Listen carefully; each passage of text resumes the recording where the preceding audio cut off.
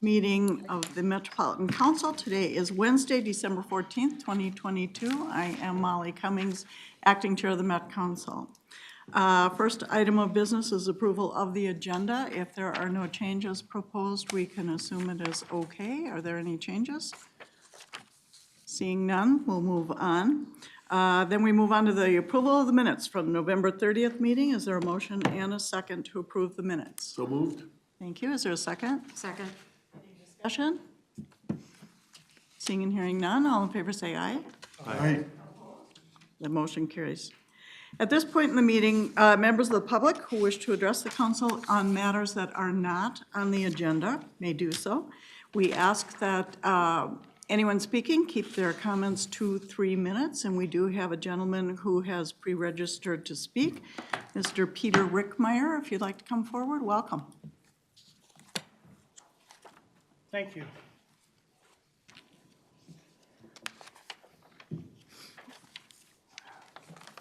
The concept that I have is for Metro Transit Police to create a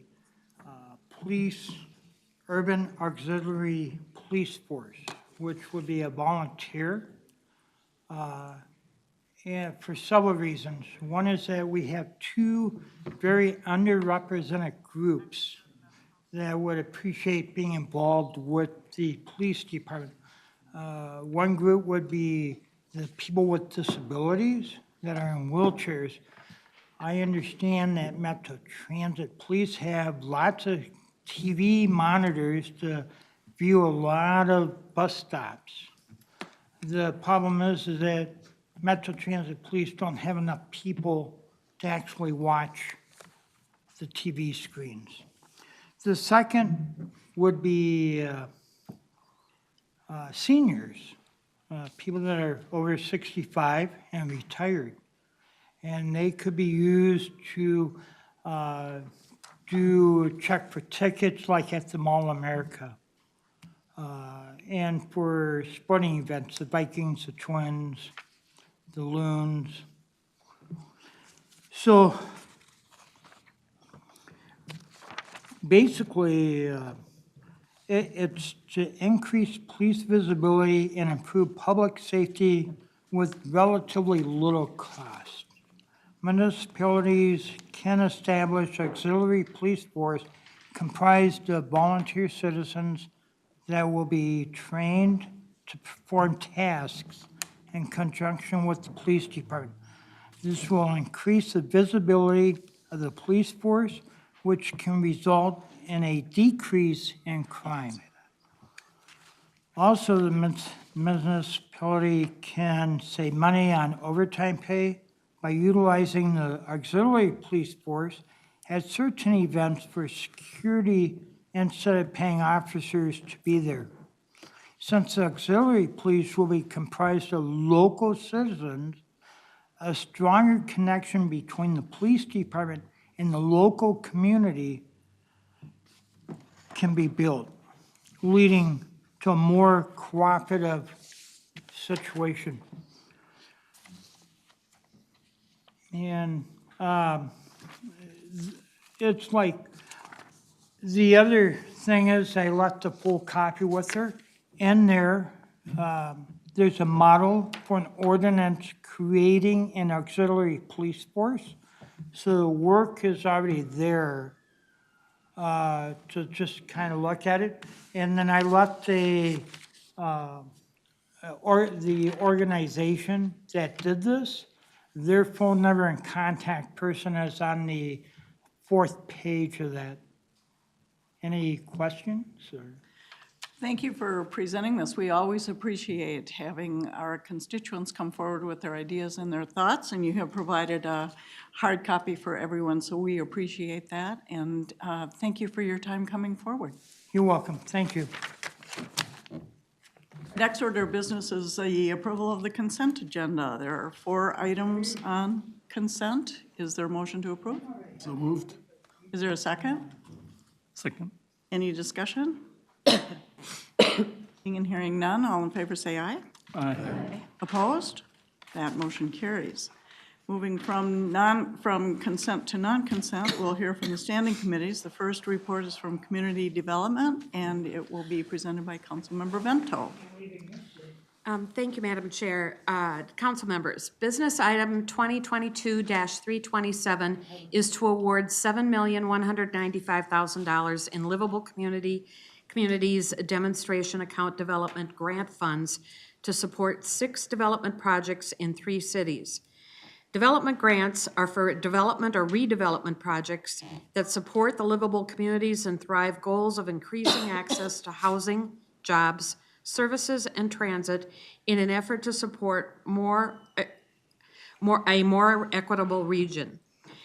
A total of 11 applications were submitted to the LCDA Development Grant Program. 1 was withdrawn prior to review. 6 of those applications advanced to review by the Livable Communities Advisory Committee, and all 6 are being recommended for funding. Council guidance suggests that no more than 40% of available funds may be awarded to projects located in Minneapolis and St. Paul. However, the LCAC found value in all 6 projects and is recommending full funding given the availability of funds. This will allocate more than 40% of the available funds to Minneapolis and St. Paul. The projects recommended for funding will bring deeply affordable units, preserve affordable housing, create living wage jobs, and increase connections to services and amenities across the region. Therefore, Madam Chair, I move that the Metropolitan Council, 1, award 6 livable communities demonstration account grants as shown in Table 1, totaling $7,195,000. And number 2, authorize its Community Development Director to execute the grant agreements on behalf of the council. Thank you, Councilmember. Is there a second? Is there any discussion? I know this prompted a robust discussion at the community development meeting, so thank you for that. I think that's always a good thing when we have lots of conversation about that. Councilmember Wolf. Thank you, Madam Chair. I will be voting against this item for the same reason that I did at the Community Development Committee. I believe the committee had good intent when they were putting together the scoring system for this, but the end result is that communities outside of the core are disadvantaged in getting funding for their projects. And I don't think it was the intent of the Community Development Committee or the council as a whole to not fund affordable housing projects in suburban communities, but that's how it worked out. So I'm going to vote against this funding item, and hopefully we can have a more equitable funding system in the next round of livable communities grants next year. Thank you for your comments and your important perspective. Councilmember Vento? Thank you, Madam Chair. And, thank you, Councilmember Wolf. You provide a lot of good historical perspective for us on all of the committees that you serve on. And while I don't disagree with the argument, the good news is that the committee talked at great length about this, as was noted, and we're gonna look at the scoring process and do what we can to ensure that this is a process that is open and pliable to the whole region and doesn't narrow down where grants are going. So there's a commitment to that. Thank you for that. I think it's important to note, and it's always refreshing to note, that staff is always open to hearing our suggestions and tweaking the policy and the process for awarding these grants and trying to make sure that it reaches everyone that we want to reach. Councilmember Johnson and then Councilmember Barber. Thank you, Madam Chair, and I just want to thank Councilmember Wolf. She gave us her insights into the scoring process when we were setting up some of the new goals, I think, that we were putting in and putting particular scored points to them. And that's why I will support this tonight, because the process worked. Unfortunately, the result was that we lost several suburban communities that just couldn't get to a certain point. And as I was explaining to the Community Development Committee, from my point of view, we have communities across this region that are really working hard to provide affordable housing, 30% AMI is really where everybody's trying to get, whether it's Minnesota Housing, Hennepin County, Ramsey County, our own Met Council, but we're also losing projects that used to be funded at 80% or even 50% AMI, which is starting to concern me. And now seeing that there's another layer that maybe just aren't getting there with the scores they need to finally reach funding is concerning. So with that said, though, again, I appreciate the robust conversation we had. I will, again, support this tonight because it met the criteria that we put forward, but you know, again, with some hindsight and a few more rounds under our belts, maybe we can continue to refine this because we want our Livable Community Act cities to be able to have a level of confidence that they, you know, will be able to, you know, bring back funding for important projects in their communities. Thank you. Councilmember Barber. Thank you, Madam Chair. I do share some of the same concerns as Councilmember Wolf. I know some of our communities chose not to participate in the program over this last cycle because of some of these types of concerns. So I'm really heartened to hear that the committee is talking about looking at the scoring and taking a look at some of this, because this really is meant to be a region-wide program. So I'm really happy to hear that. So just wanted to express my gratitude. Thank you. Councilmember Musse. Thank you. I just want to say recommended projects are, you know, some of the best projects we recommended for last 4 years. They're really great projects. They will advance equity, and I want to thank the staff and the committee really for the great energy and time that they put in. So I'm really very happy with the outcome. Thank you for that. I think it is important to note that there was never any objection to any of the projects that were approved. They were all wonderful and really advance, I think, the focus of this council and our goals. So there's some exciting things coming up, so thanks for pointing that out too. Councilmember Chambliss. Thanks. I'm on the Community Development Committee and was involved with the Community Development Committee in adopting some new scoring. And one thing that is really important is making sure that the applicants meet the requirements for projects that are truly going to make an impact on making communities more livable. And it's a process of review to ensure that we are doing that. The applicant process is a competitive process, and everyone that applies, unfortunately, does not get approved. And we do have a pretty robust process for reviewing applications. There are score requirements that need to be met, and there's also a committee that reviews the applicants before it gets to the Community Development Committee. But we will continue to make sure that our scoring meets the outcomes and goals that the Community Development Committee and the council wants. And the projects that did come forward look very strong. They are going to make a huge impact for communities, and we hope that applicants who tried that did not make it can work with staff on what they can do to maybe be a little bit more competitive in the future so that they will meet the requirements. Thank you. Any other comments on this? There's a motion and a second then. All in favor say aye. Aye. Aye. Nay. And nay is noted. Okay, and that motion carries. Councilmember Vento. Thank you, Madam Chair. Council members, business item 2022-328 is to award $7,693,100 in Livable Communities Demonstration Account Transit-Oriented Development Grant Funds to support 7 TOD projects in 5 cities. LCDA TOD development grants are for development or redevelopment projects that advance both livable communities and thrive goals of increasing access to housing, jobs, services, and transit in an effort to support a more equitable region. The LCDA TOD grants also advance the council's TOD policy, which is to promote moderate to high density development projects located within walking distance of a major transit stop. A total of 9 grant applications were submitted to the 2022 LCDA TOD Development Program. 8 of those applications advanced to review by the Livable Communities Advisory Committee, and 7 are being recommended for funding. In keeping with the council guidance, the maximum combined award limit per city is $2 million. The projects recommended for funding will bring affordable housing units, living wage jobs, and increased transit use to the region. Therefore, Madam Chair, I move that the Metropolitan Council award 7 Livable Communities Demonstration Account Transit-Oriented Development Grants totaling $7,693,100 as shown in Table 1 in the business item, and authorize its Community Development Division Director to execute the grant agreements on behalf of the council. Thank you. There's a motion, is there a second? Second. Any discussion?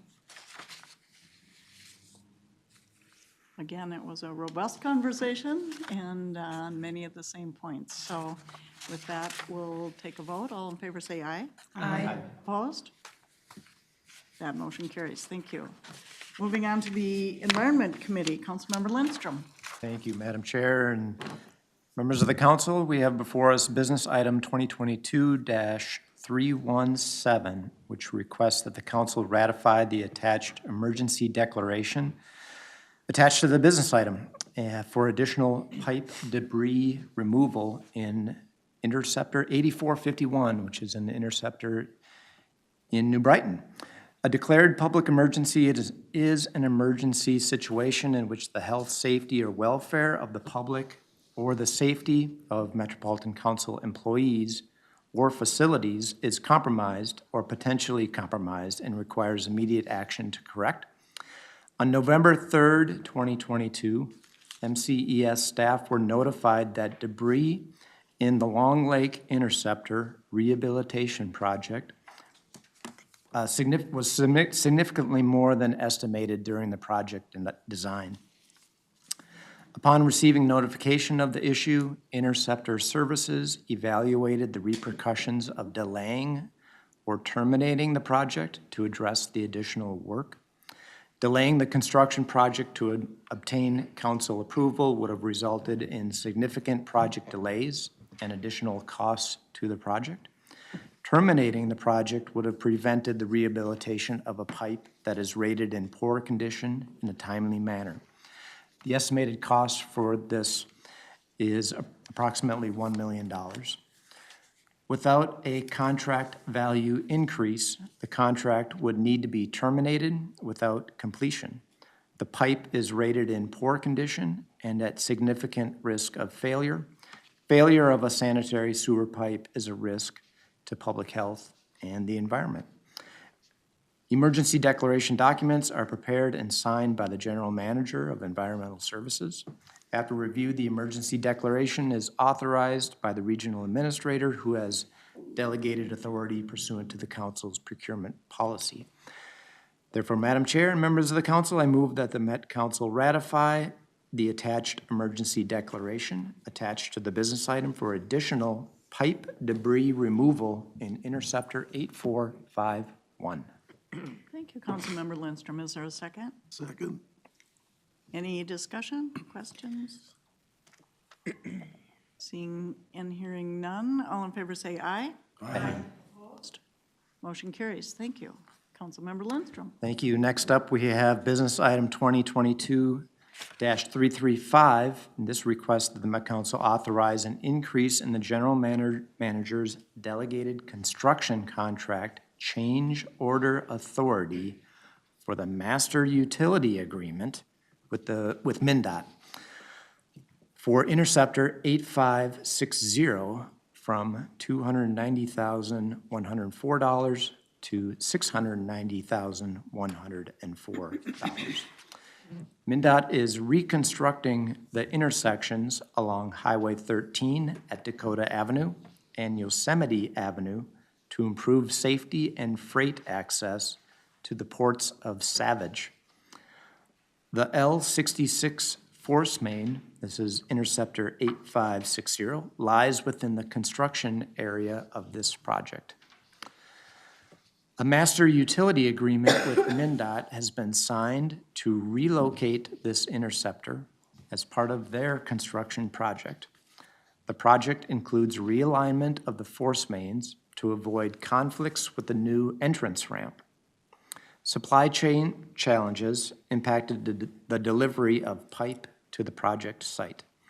To meet MnDOT's schedule needs, MnDOT has directed the contractor to install the pipe during winter conditions, requiring more effort by the contractor to complete.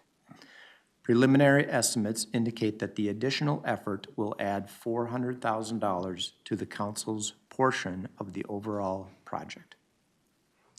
Therefore, Madam Chair and members of the council, I move that the Met Council authorize the increase in the general manager's delegated construction contract change order authority for the master utility agreement within the MnDOT for the Interceptor 8560 from $290,104 to $690,104. Thank you, Councilmember. Is there a second? Second. Is there any discussion, questions? Hearing and seeing none, all in favor say aye. Aye. Opposed? That motion carries. Now we'll move on to the Management Committee. Councilmember Johnson. Thank you, Madam Chair. This is item 2022-324. It's the same week item the Management Committee had this item before them today, and it is regarding a change to our annual sole source hardware and software maintenance services. Information Services operates hundreds of essential systems and applications for all divisions of the council. These systems require ongoing vendor-provided hosting, maintenance, and support in order to operate reliably and securely. Traditionally, Information Services has annually brought forth a business item requesting sole source approval for 1 year of maintenance and support services at a time. In order to improve efficiency and negotiate better terms, IS is proposing a single business item covering 2 years of maintenance and support needs, 2022 and 2024. So with that, I move that the Metropolitan Council authorize the regional administrator to make ongoing maintenance, hosted services, and support services as sole source purchase orders in an amount not to exceed $12,900,307. This includes installed software and hardware as listed on the attached 2022 and 2024 Information Services sole source vendor list. Thank you, Councilmember Johnson. Is there a second? Second. Is there any discussion, questions? Seeing and hearing none, all in favor say aye. Aye. Opposed? That motion carries. Thank you. Now, we are going to move on to transportation. And I see that you have 2 sources of water. That's a good thing. You have 8 items. Barber. Thank you, Madam Chair. As you can see, we have 8 items for consideration for the council tonight. So if I lose my voice, my apologies. Starting with business item 2022-307. So, Madam Chair, council members, business item 2022-307 is for Braun Intertech Corporation Contract Amendment for the Metro Green Line Extension Program. Or project. The contract with Braun Intertech was executed in 2018 for quality management services for civil construction for the Metro Green Line extension. This amendment will add additional funds to extend its services to the end of 2023. The additional contract amount is necessary due to the delay in the civil construction schedule. Quality management services will be required for the remainder of the civil construction, and staff will assess project needs for 2024 as the 2023 construction season concludes.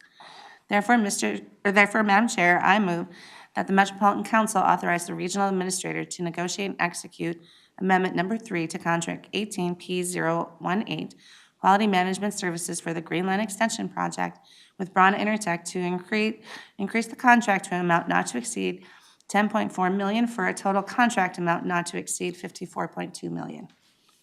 Thank you, Councilmember Barber. Is there a second? Second. Are there any questions or discussion on this one? Seeing and hearing none, all in favor say aye. Aye. Opposed? That motion carries. Councilmember Barber. Thank you, Madam Chair. Madam Chair, council members, business item number 2022-312 is regarding an agreement with Hennepin County on the Metro B-Line project.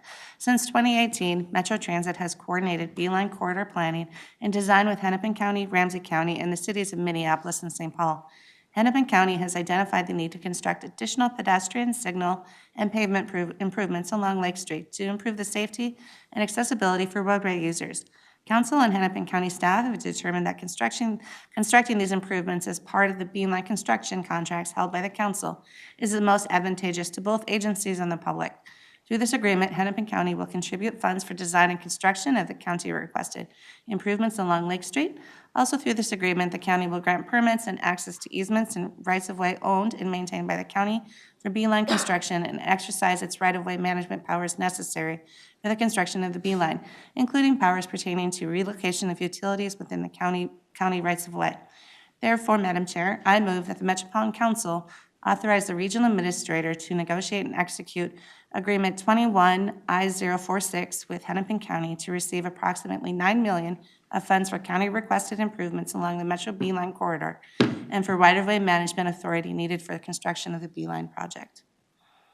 Thank you. Is there a second? Second. Any discussion, questions? Seeing and hearing none, all in favor say aye. Aye. Opposed? That motion carries. Councilmember Barber. Thank you. Madam Chair, council members, business item 2022-319 is regarding project selection for the 2022 regional solicitation. The Transportation Advisory Board recommended the funding of 77 projects through its semi-annual regional solicitation. The project will be funded by $332 million in federal surface transportation block grants, congestion mitigation and air quality grants, and on-system bridge program funds. Projects were selected from 155 applications scored by the transportation professions over a 2-month process. The federal funds will leverage an additional $370 million in local matching funds for a total regional investment of $702 million. The 77 projects will make improvements within over 50 different cities and townships in all 7 counties. Therefore, Madam Chair, I move that the Metropolitan Council concur with the Transportation Advisory Board action to fund 77 projects selected through the regional solicitation process and include these projects in the draft 2024 through 2027 Transportation Improvement Program. Thank you, Councilmember. Is there a second? Second. Any discussion? Councilmember Barber. Thank you, Madam Chair. I really want to thank the great number of people and committees that are behind this effort. Not only is this something that came through TAB, there are many, many technical experts and different committees that review these projects as they move up to become part of the regional solicitation. Also, a big thanks to our staff at MTS, specifically Director Carlson and to Steve Peterson, who really spearheaded all of this effort. Thank you. Any other comments? Councilmember Wolf. Thank you, Madam Chair. I just had a question for our general counsel. We had a problem with one of the links last time that it didn't have all of the information for a budget. This one, the attachment doesn't open for this budget item or this agenda item when you try to open it on the iPads. I just wanted to make sure that doesn't negatively impact our motion and voting on this because it isn't loading. Thank you. Thank you. I think, Bridget, is there a copy of attachment 1 on the table outside? So we do have a copy of the attachment on the table outside, but thank you for raising that issue, and we'll make sure to get that corrected for people who are looking online at it later. Thank you. Thank you. And Madam Chair, if I may, in the short term, there was a copy of it attached to the Transportation Committee agenda on Monday. So if somebody needs to reference it quickly, they can go there. Thank you. Okay, all in favor say aye. Aye.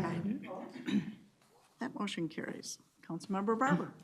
Thank you. Madam Chair, council members, business item number 2022-320 is regarding federal carbon reduction program funding distribution. The carbon reduction program was created in the recently approved Infrastructure Investment and Jobs Act, the IIJA, and funds were awarded to the council for fiscal years 2023 through 2027. Because 2023 and 2024 funds need to be awarded soon, TAB decided to recommend awarding funds to 11 bicycle and pedestrian projects that applied for the regional solicitation. TAB also recommended funding a 12th project with 2/3 of the 2025 funds in order to break fund 2 multi-use trail projects that had a tied score. The Transportation Committee recommended funding 2 additional projects with 1/3 of the 2025 funds that were remaining in order to award the entire fiscal 2025 year allotment. 2026 and 2027 funds will be distributed following MnDOT making progress on its carbon reduction strategy. Therefore, Madam Chair, I move that the Metropolitan Council award 2023 through 2025 carbon reduction program funds to 14 bicycle pedestrian projects as part of the 2022 regional solicitation and include these projects in the draft 2024 through 2027 transportation improvement program. Thank you. Is there a second? Second. Any discussion, any questions? Seeing and hearing none, all in favor say aye. Aye. Opposed? That motion carries. Moving to the second half, Councilmember Barber. Thank you, Madam Chair. Madam Chair, council members, business item number 2022-321 is regarding 2022 Highway Safety Improvement Program project selection concurrence. The Highway Safety Improvement Program is a core federal funding program designed to achieve a significant reduction in traffic fatalities and serious injuries on public roads. MnDOT conducts a solicitation for small-scale safety projects. MnDOT conducted a solicitation for both proactive and reactive safety projects to be funded primarily in 2026 and 2027. The recent influx of funding from the IIJA helps increase the overall funding available to about $62.8 million, which includes 2024 and 2025, and is roughly double that of the 2020 HSIP solicitation. Therefore, Madam Chair, I move that the Metropolitan Council concur with the Transportation Advisory Board action to fund 83 projects in the attached document through the Highway Safety Improvement Program solicitation and include the projects in the draft 2024 through 2027 Transportation Improvement Program. Thank you. Is there a second? Second. Any questions, discussion? Seeing and hearing none, all in favor say aye. Chair? Oh. Councilmember Berber, I think you said 83 projects. Did you mean to say 38 projects? Oh, did I? I'm sorry. Yes, so it should read that the Metropolitan Council concur with the Transportation Advisory Board action to fund 38 projects through the Highway Safety Improvement Program solicitation and include the projects in the draft 2024 through 2027 Transportation Improvement Program. Thank you. Thank you. And do we need to revote it? All in favor say aye. Aye. Opposed? Okay, that motion carries. Thank you for correcting that. Councilmember Barber. Very good. Madam Chair, council members, business item number 2022-332 is the same week item as the sole source to purchase fare box or bus fare boxes. Sorry, there's a typo in my notes. I apologize. And auxiliary equipment from GenFare to use for Metro Transit, MTS, and regional providers for bus fleet to collect cash fares. The purchase of GenFare Fast Fare fare boxes is part of a 10-year replacement plan. We currently have approximately 65% of Metro Transit fleet installed with these new fare boxes and 10% of MTS fleet installed. This sole source request will complete the 10-year phase-in plan and finalize installation on Metro Transit and the MTS fleet. Therefore, Madam Chair, I move that the Metropolitan Council authorize the regional administrator to execute a sole source contract with GenFare to provide fast fare bus fare boxes and auxiliary equipment with options for future purchase until December 31st, 2028, and an amount not to exceed $12 million. Thank you. Is there a second? Second. Any questions, discussion? Seeing and hearing none, all in favor say aye. Aye. Motion carries. Councilmember Barber. Thank you, Madam Chair. We're almost get there. Madam Chair, council members, business item number 2022-333, also a same week item, is the sole source to purchase cubic smart card validators for the Gold and B-Line bus rapid transit projects. Cubic smart card validators will be used for our off-board fare payments on the Gold Line and the B bus rapid transit line. The B line is planned for revenue service late 2024 and the Gold Line in early 2023. This equipment is consistent with the equipment currently operated on the E line, C line, Orange, and D lines. Therefore, Madam Chair, I move that the Metropolitan Council authorize the regional administrator to execute a sole source contract 22P325 and 22P326 with Cubic for smart card validators for use as off-board fare payments on the Gold and B bus rapid transit lines in an amount not to exceed $2.1 million. Thank you. Is there a second? Second. Discussion? Seeing and hearing none, all in favor say aye. Aye. Opposed? Motion carries. Last item, Councilmember Barber. Thank you, Madam Chair. Madam Chair, council members, business item number 2022-333, a same week item, is the sole source to purchase ticket vending machines from Flowbird for off-board fare payments for the Gold and B Line bus rapid transit projects.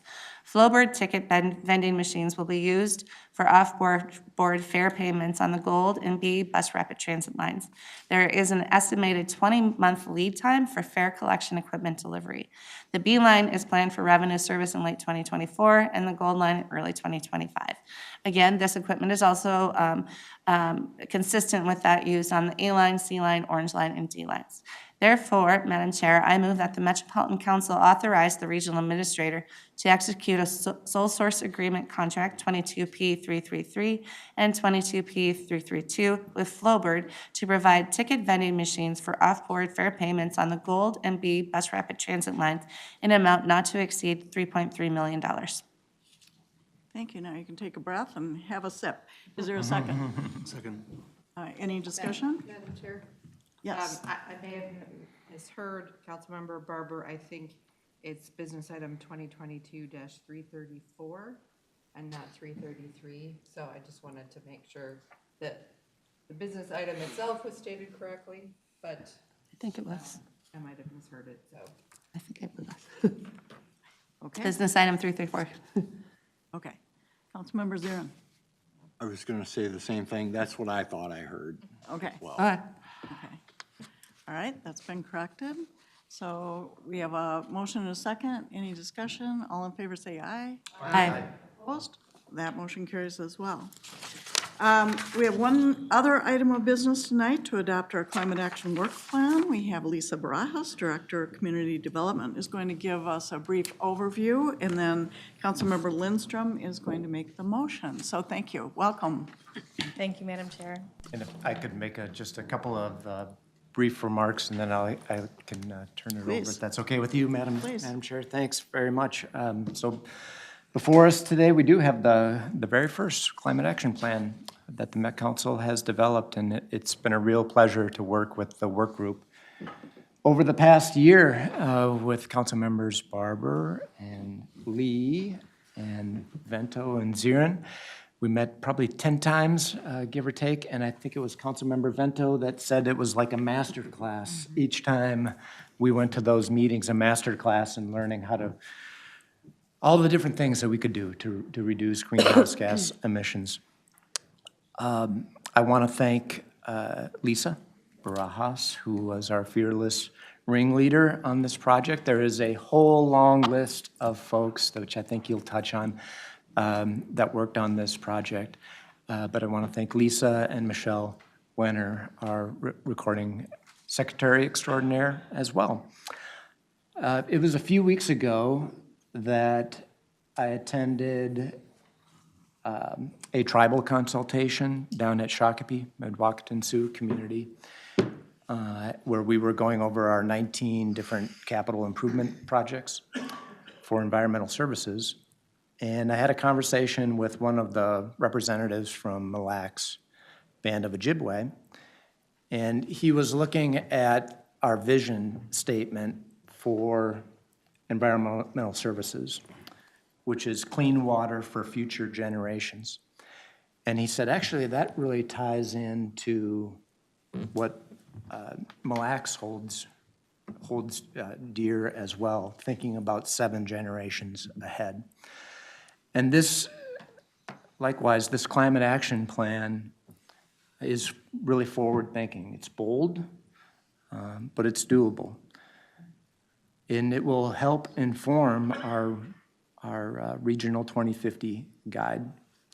We're already paying the price of inaction. We're paying in lost lives. We're paying in lost livelihoods, lost homes, lost businesses, lost biodiversity in our region. We're paying higher insurance premiums, state and local taxes, disaster relief. And in fact, just a couple of minutes ago, we approved a $1 million increase for additional debris in one of our interceptors in New Brighton.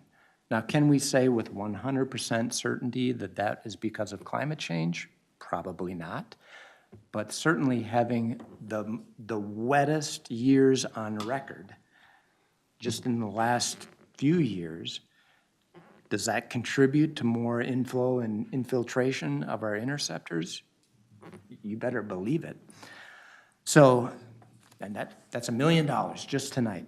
That's just a drop in the bucket. Of course, now that's the glass half full approach. That's the glass,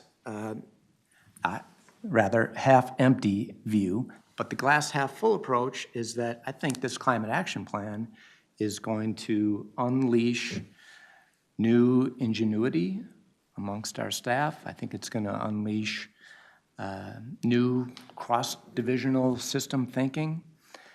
And I'm excited about it, and I think the work group is excited about it too. So I'll turn it over to Lisa for a few more comments before I make the motion. Thank you, Committee Member, Madam Chair, committee members. It's my pleasure to be in front of you today.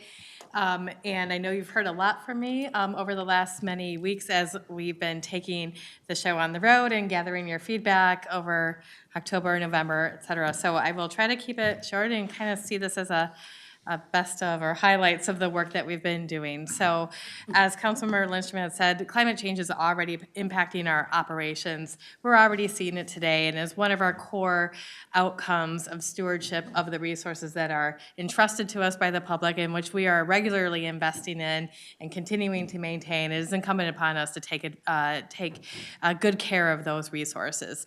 But we aren't starting from zero. We're building on work that we've been doing as an agency for all of the time that I've been here, for at least 15 years, if not longer. I'm sure it predates me.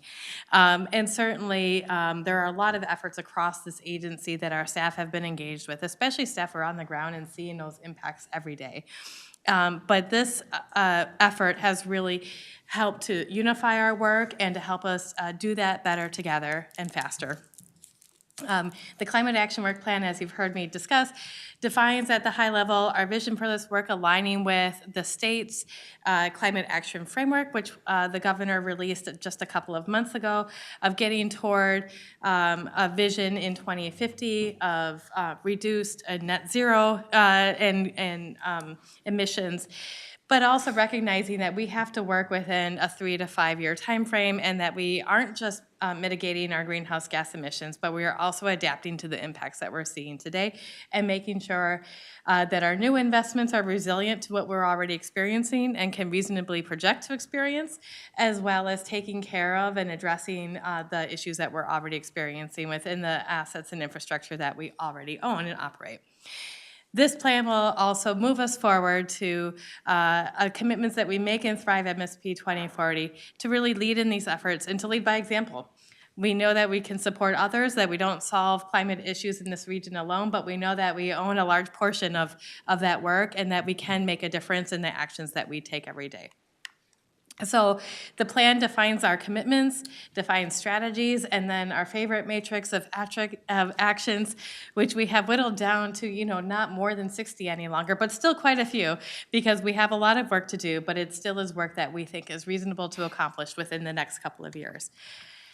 Our timeline, we really got started in 2021. 2020 threw the COVID curveball at us in a way that we weren't expecting, and certainly our staff were pulled aside and pulled into other work that was more pressing at that time. But in 2021, we really hit this work hard, and over the last 2 calendar years have been doing a significant amount of engagement internally with our teams to really uncover all of the opportunities and to do more, to crowdsource our issues internally, and to work with our teams across the agency to really understand what we could just do better together and where we could stop trying to redefine and rebuild wheels that already exist within the council, but use tools that we already have available to us. So we're in that green puzzle piece right now of adoption with your approval this evening, and we're already excited to get started into the implementation after the holidays, of course. I really, truly can't thank enough all of the staff involvement. The staff on this slide really represent the core team of climate action work plan team members. We had a project manager in each of our divisions that was responsible for both the coordination at the team level, as well as engagement and interaction within each of the divisions of reaching out and fanning out across this entire agency. I do want to really recognize our project managers, Jeff Freeman, Tony Fisher, Eric Wycheck, and David Ponder for all of their leadership in this work, and really continuing to work through a lot of competing priorities in their own work plans, but also in trying to engage with staff from across the council and really making sure we were uncovering every stone and going around every corner to ensure that we weren't missing anything, especially good ideas that we could put into place right away. I also want to acknowledge that a number of our team members here too also participated in the development of the state's climate action framework at the same time. So an effort where they're already carrying on us, internally for this work, the state's effort was also a significant amount of work to ensure that we were also being able to put our part as part of the state agencies that we also are partners with in this work, and ensuring that we're also aligning that. We see this climate action work plan really as dovetailing excellently with that work, and it helps that both our team was so involved in both of those efforts. I've shared this with you before, but we also did a significant amount of engagement with peer agencies, environmental thought leaders, and of course all of our council committees as well. And the feedback on our next slide really just sums up the variety of comments that we've heard over the course of the last several months and just over the years as we've done a number of different types of public engagements, whether it was on our don't get too excited there, our transportation policy plan work or our parks policy plan work, of really pulling what we've already learned. But the themes we heard most recently are really just an eagerness for that collaboration with us, the convening role that the council is known to play, plus really exploring partnerships and opportunities where our systems and infrastructure connect with one another to improve their resilience, to look at other opportunities for advancing greenhouse gas emissions reductions in this region together with our partners. Our partners we also heard just a welcome our environmental justice approach in this work and how it was really shaped and will continue to inform the implementation of the actions that we have within this plan. There's a lot of enthusiasm for us in that work around adaptation and addressing the issues that we're already experiencing, especially with inland flooding, and how we do that together. Many climate action plans that we see from peer regions really focus on mitigation and mitigation alone, which doesn't acknowledge the fact that we have so much, as Councilmember Lindstrom was saying, that we're having to pay for today because we're having to adapt to and are already impacted by issues that are happening on the ground.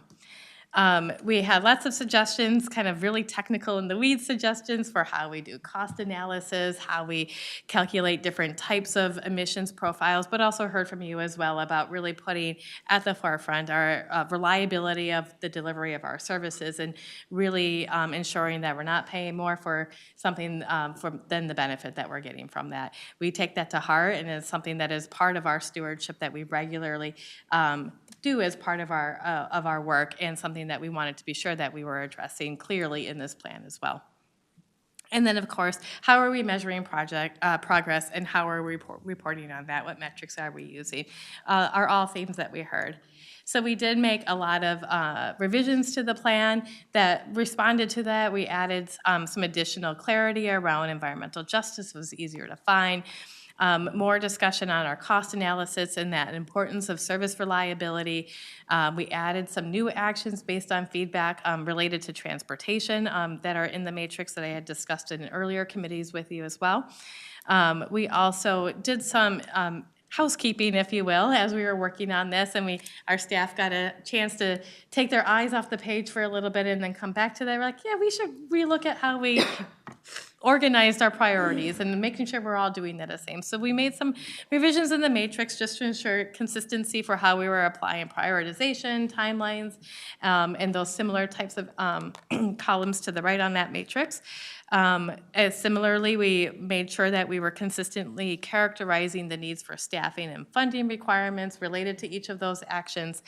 So you'll see some changes between the draft and what you have in front of you today that reflects some of those, so they're clear and consistent consistently used.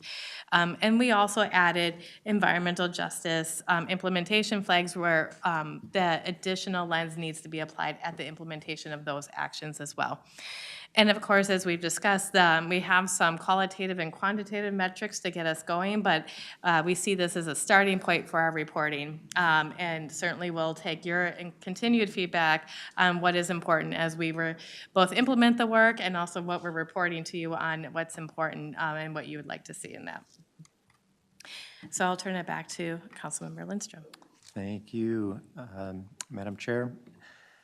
I move that the Met Council adopt the Climate Action Work Plan and direct council staff to provide annual reports on the implementation of the plan.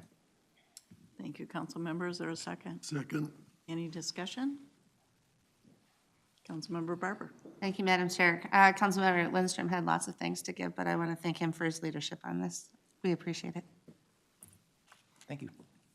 Any other comments? Councilmember Gonzalez. Thank you. I'm very happy to see the emphasis on equity and the disparity that many communities have seen in the way in which climate action has affected them and the changes to climate. The future that we're living right now, actually the present, is not affecting everyone equally, even though everybody's facing the same climate actions, but the ability to deal with those is not the same across all communities. And that is recognized very explicitly on the work plan, so I appreciate that. And it also reflects or includes some mentions about the history of how we got where we are right now. And I was just thinking that traditionally and unfortunately in Minnesota, many times the byproducts and consequences of the things that the state and the society does get shifted only to specific communities. And one glaring example is that the two nuclear plants that we have in Minnesota, one is next door to the Prairie Island Native American Reservation. Of all the millions of acres of land in Minnesota, one plant has to be put there. I mean, if you think that's a coincidence, then you don't know the history of Minnesota or the US. So we need to keep that in mind as we move forward with designing programs that address the damages that climate change are doing to the whole society, but the way in which those damages, those actions are not being fairly distributed because of those historical legacies that we have to deal with. So thank you for recognizing that and acting on that. Thank you for that.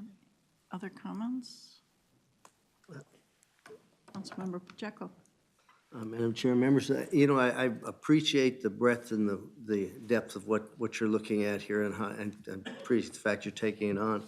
It also serves for me, though, as a template that what we could do with equity in this endeavors. And so how are we responding? Rather than have equity be part of everything, that we have a product like this that defines where we're going, what we're doing, and our whole commitment to equity. Because I think this is it lays it out well. And as I go to meetings, we had a meeting earlier today in management. We just start looking at how we can look at equity in our banking system and what we're doing, and we've got some progress there. And each meeting I go to, there's a little piece of equity in almost everything we do, but I don't have it all combined here where we can really set up a plan and look at some metrics around there. Just the way you've done this here, and I'm just encouraged us to take a look at that. This is a great model, and I think you've done some great work on it, and I think it could be used not only by us, but by others going forward. Any other comments? I guess I would add my thanks to you and to staff and to Councilmember Lindstrom for his lead on this and those who served on the work group. I mean, this is tremendous. This is a huge amount of work that has been done really in a relatively short amount of time. And it is so important. It is so critical. So please share our gratitude to everyone who worked on this. It's a really, really big deal, so thank you for that. Given that, all in favor, say aye. Aye. Opposed? That motion carries. Thank you. So now we are going to move into 2 information items this evening. We're going to begin with a Green Line Extension project update from Nick Thompson, Deputy General Manager, Capital Programs, and Jim Alexander, Green Line Extension Project Director. And you brought your whole team, that's great. Yes, Madam Chair, Jim Alexander, Project Director for the Southwest Ellerton, or the Green Line Extension, sorry. So we have a cast of presentations tonight. Michael Krantz is going to talk about development along the corridor, and I'll talk about updates from our last visit with you. We do a quarterly update. And John Tao will conclude with DB and workforce conclusions for the year. Excellent, thank you. Madam Chair, council members, I'm Michael Krantz, Acting Program Manager of the Transit-Oriented Development Office at Metro Transit. And as Jim mentioned, I'm going to provide an update of development activity that we've been tracking along the Green Line Extension. This is actually part of an annual report that we conduct looking at how development activity aligns with high-frequency transit across the region, but we do break this down on a quarter-by-quarter basis. So I'm going to just provide a brief regional context and then show what we've been seeing for development along the Green Line Extension. So this is the scope of the system that we've been looking at. This, as I mentioned, all high-frequency transit, so LRT, BRT service, but also planned transit ways in the region.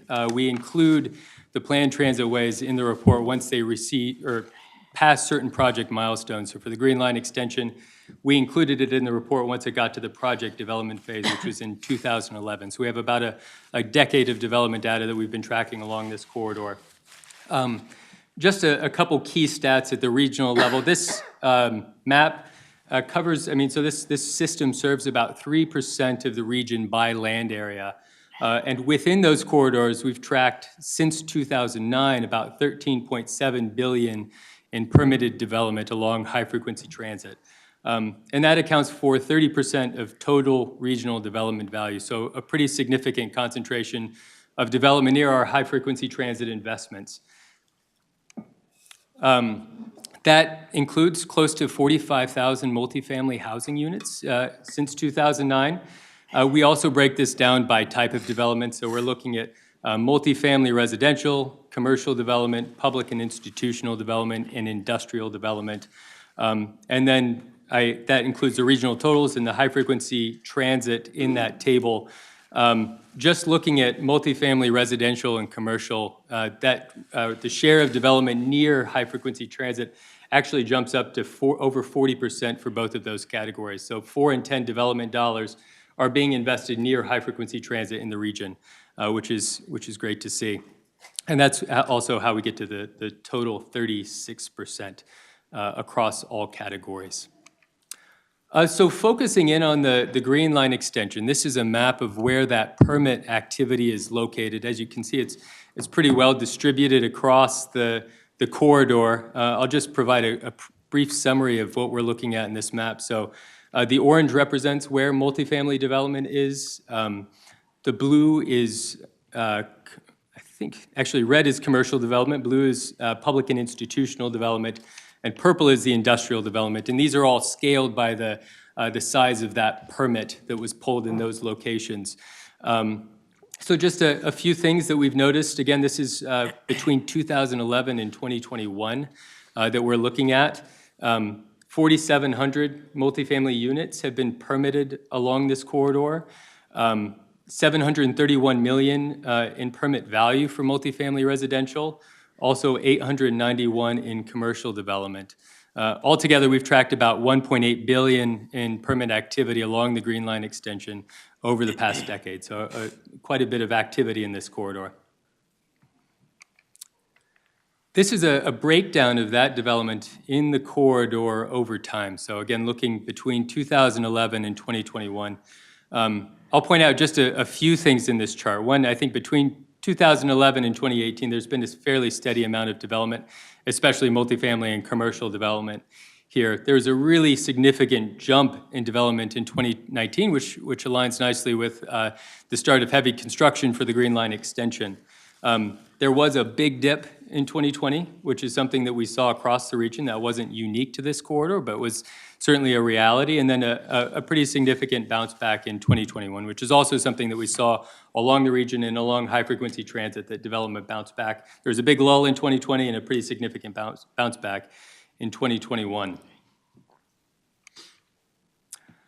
So another thing that we track is where planned development is in the region. This is a very different data source. We're not looking at actual construction permits. This is actually tracked by the council's research group, and here we're just looking at where development is reported in the media. And then it's recorded in a database, and we track it. It's a less robust data source, but it's helpful to see where development activity is planned across the region. So we continue to look at it. Again, these are summaries for the entire region, but we're currently tracking about $9.7 billion in planned development along high-frequency transit. 60% of that planned development is along 60% of regional development is planned along high-frequency transit. There's certainly some of this development may not move forward to construction, and we're probably missing quite a few developments that are planned across the region, but it's a helpful summary as well. And then that includes 35,000 multifamily units also along high-frequency transit. So close to doubling the amount of permitted housing along high-frequency transit since 2009. So this is a map of planned development activity along the Green Line extension. We haven't scaled these for size because we don't have permit values or development values for all of these projects. We're just identifying the location and the type of the development. A couple of things I'll note here. We also included a mixed-use category because there's a lot of residential and commercial combined developments along the corridor, and there's not an easy way for us to separate that. But all of that mixed-use development is some blend of housing and probably ground floor commercial. So planned multifamily units, there's another 7,200 planned along this corridor. And the bulk of that development value that we're tracking is in multifamily residential, which includes close to $400 million, and mixed-use development, which is another $267 million in planned development along that stretch. In total, planned development of close to $760 million.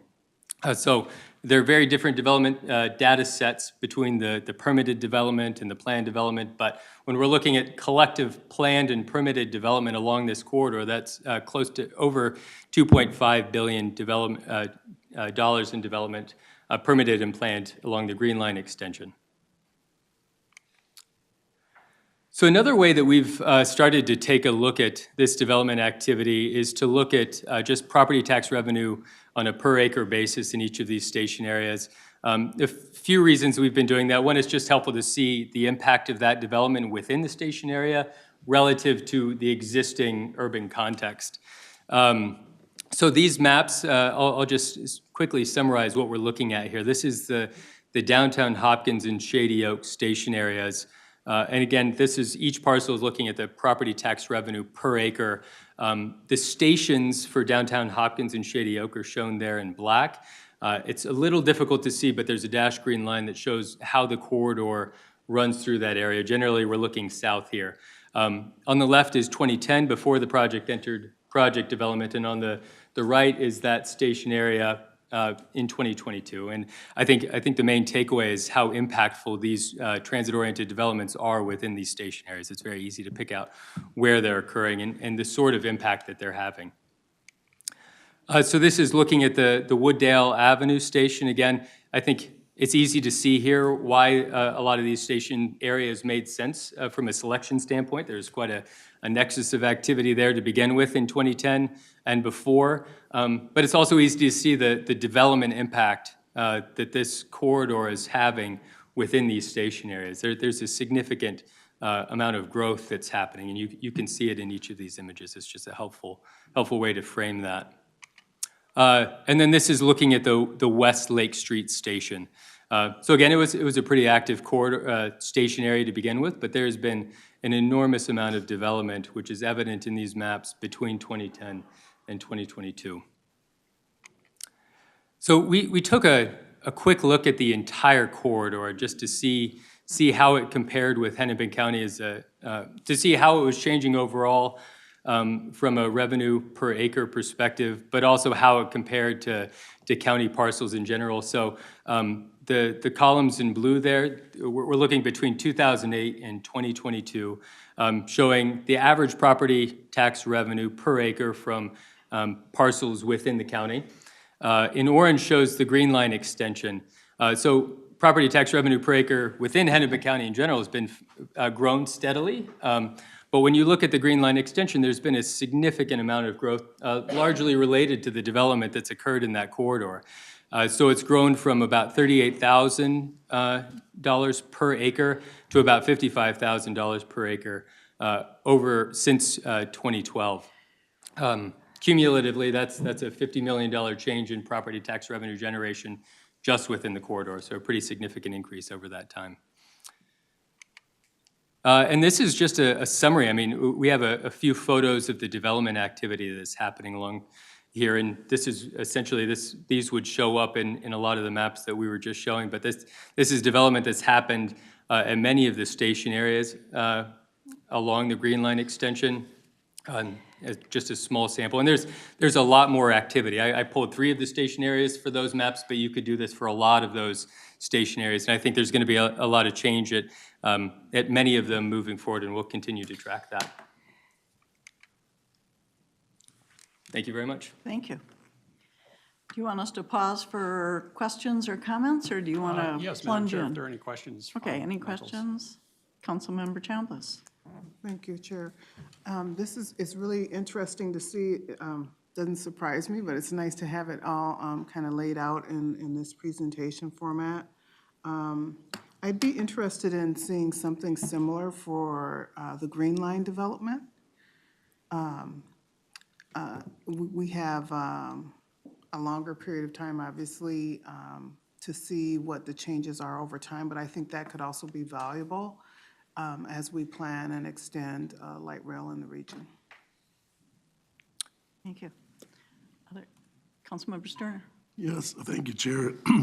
Could you re-clarify what the exact definition is, high frequency, what it qualifies for the development? Sure. So typically it's frequencies of 15 minutes or more, and then we're including all of the LRT, the corridor BRT and arterial BRT routes, and then high-frequency local bus.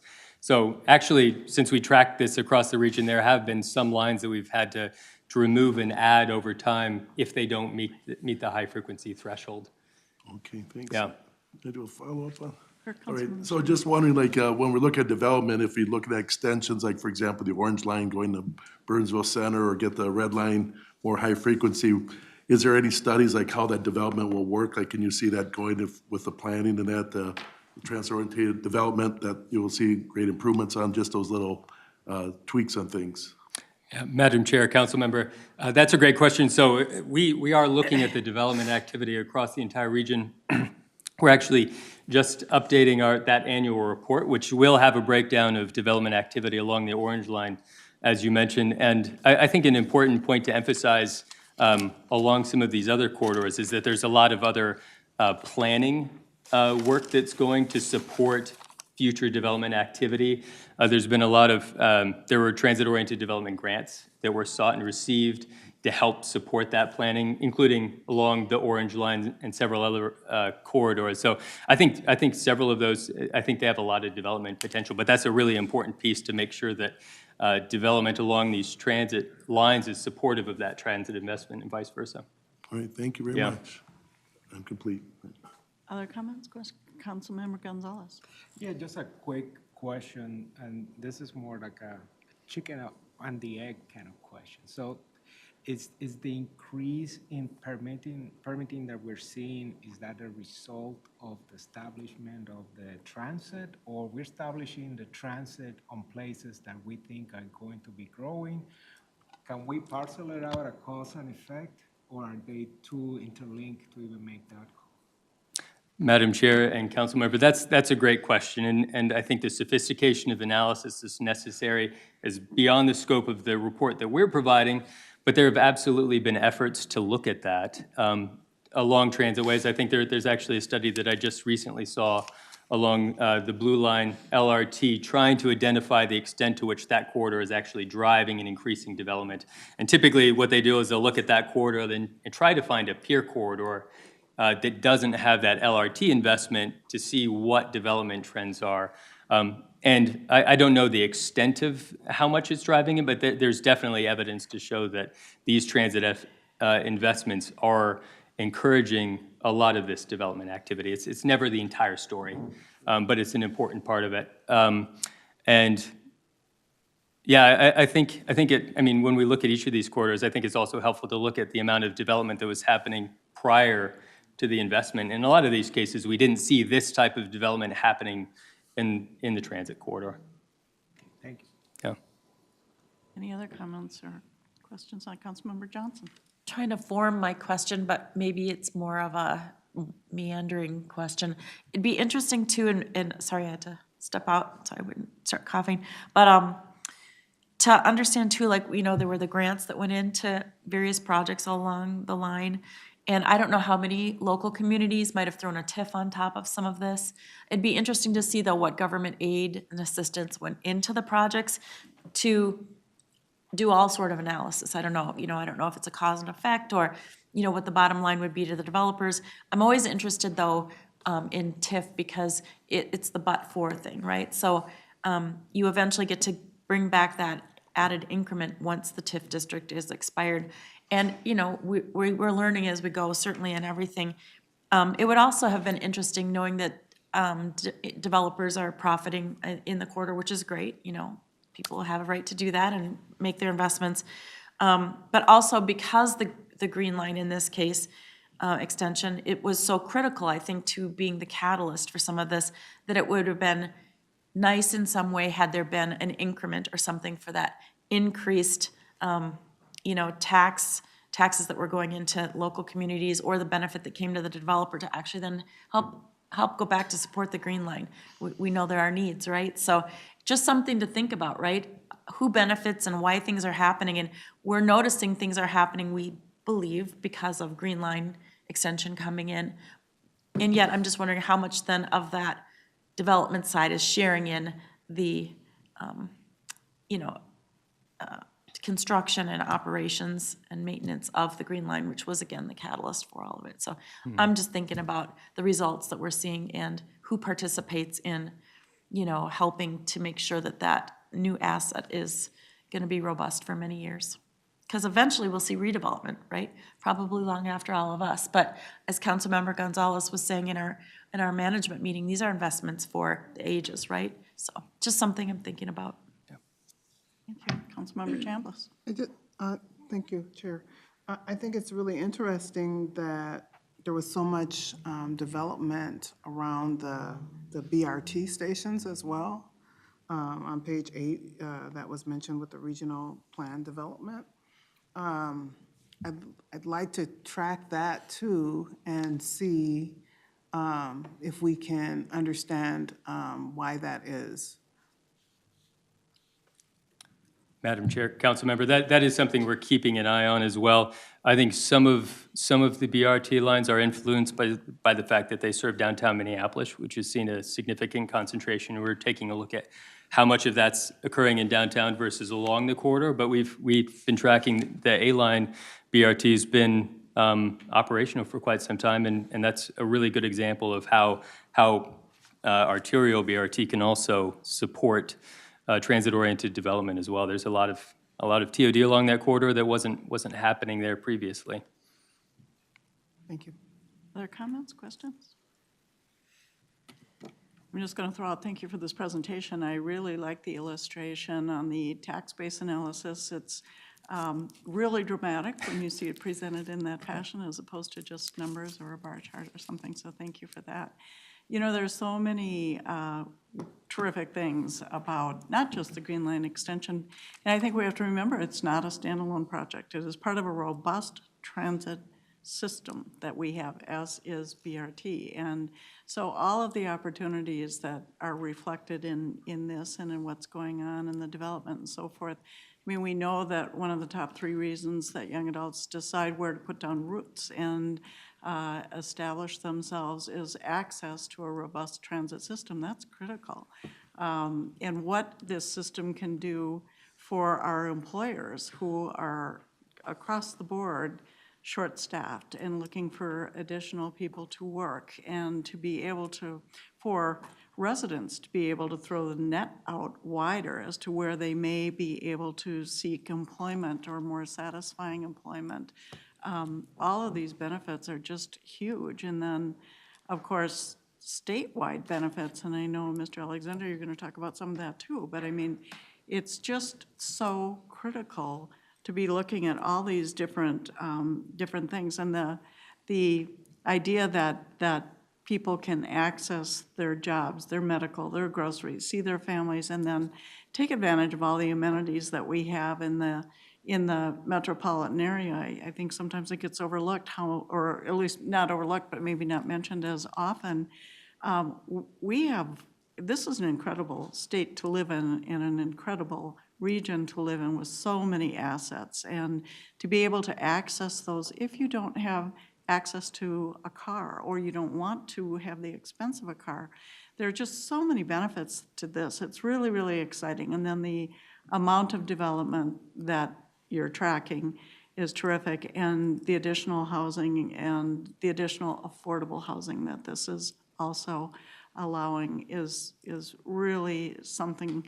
And as has been said many times, we're not building for today, we're building for, but we're building for, 25, 50, 75 years out, our kids, our grandkids, their kids. This is just critically important, and again, as part of our system, and we have this system that we're looking at going forward that will just continue to grow and contribute to not just the metropolitan area, but to the state in general. So thank you for your report. I think that's just really important. And I will be quiet now and turn it over to you, Mr. Alexander. All right, thank you, Madam Chair. So I have a number of slides. We'll see if we can navigate this and have some time for public art. So I've shown this slide in the past. This is the general scope for really the civil, and just noting a lot of structures. We are getting things done, though, out there, and but we are still holding to a 2027 revenue service date, still out there a long ways. Overall, the project is probably just around 70% complete overall, and we still have a little ways to go for the Kenilworth Tunnel, and I'll talk about that when we get there, but that's about 40% right now. So this was really a big year for us as a project office working on this endeavor. We've achieved the settlement agreement with the civil contractor. We reported that back in March. And so contractor is working toward that schedule we have now in the contract. The big bubble there is what we're currently working on with our systems contractor, Aldrich Parsons, to get that resolved. We do have a schedule from them, but it's not in the contract, and we need to get that in the contract. So we're negotiating what the cost of that is. So hopefully we can report something in the first quarter of next year on that. And that'll lead us to the overall amount on this project once we get that settled down. So, Madam Chair, you mentioned in terms of statewide effect, 79% of Minnesota counties, there's someone bringing a paycheck home. So that's pretty significant on this project. We continue to track that, and we'll continue to report this as we move forward. You can see the numbers at the top there, how many individuals have at least touched this project from a construction point of view. So I'm going to start out in the west end and kind of zoom through these. This is Southwest Station. We look to, we've been partnering with Southwest Transit. We're looking to hand off to Southwest Transit the bus part of this in the first quarter of next year.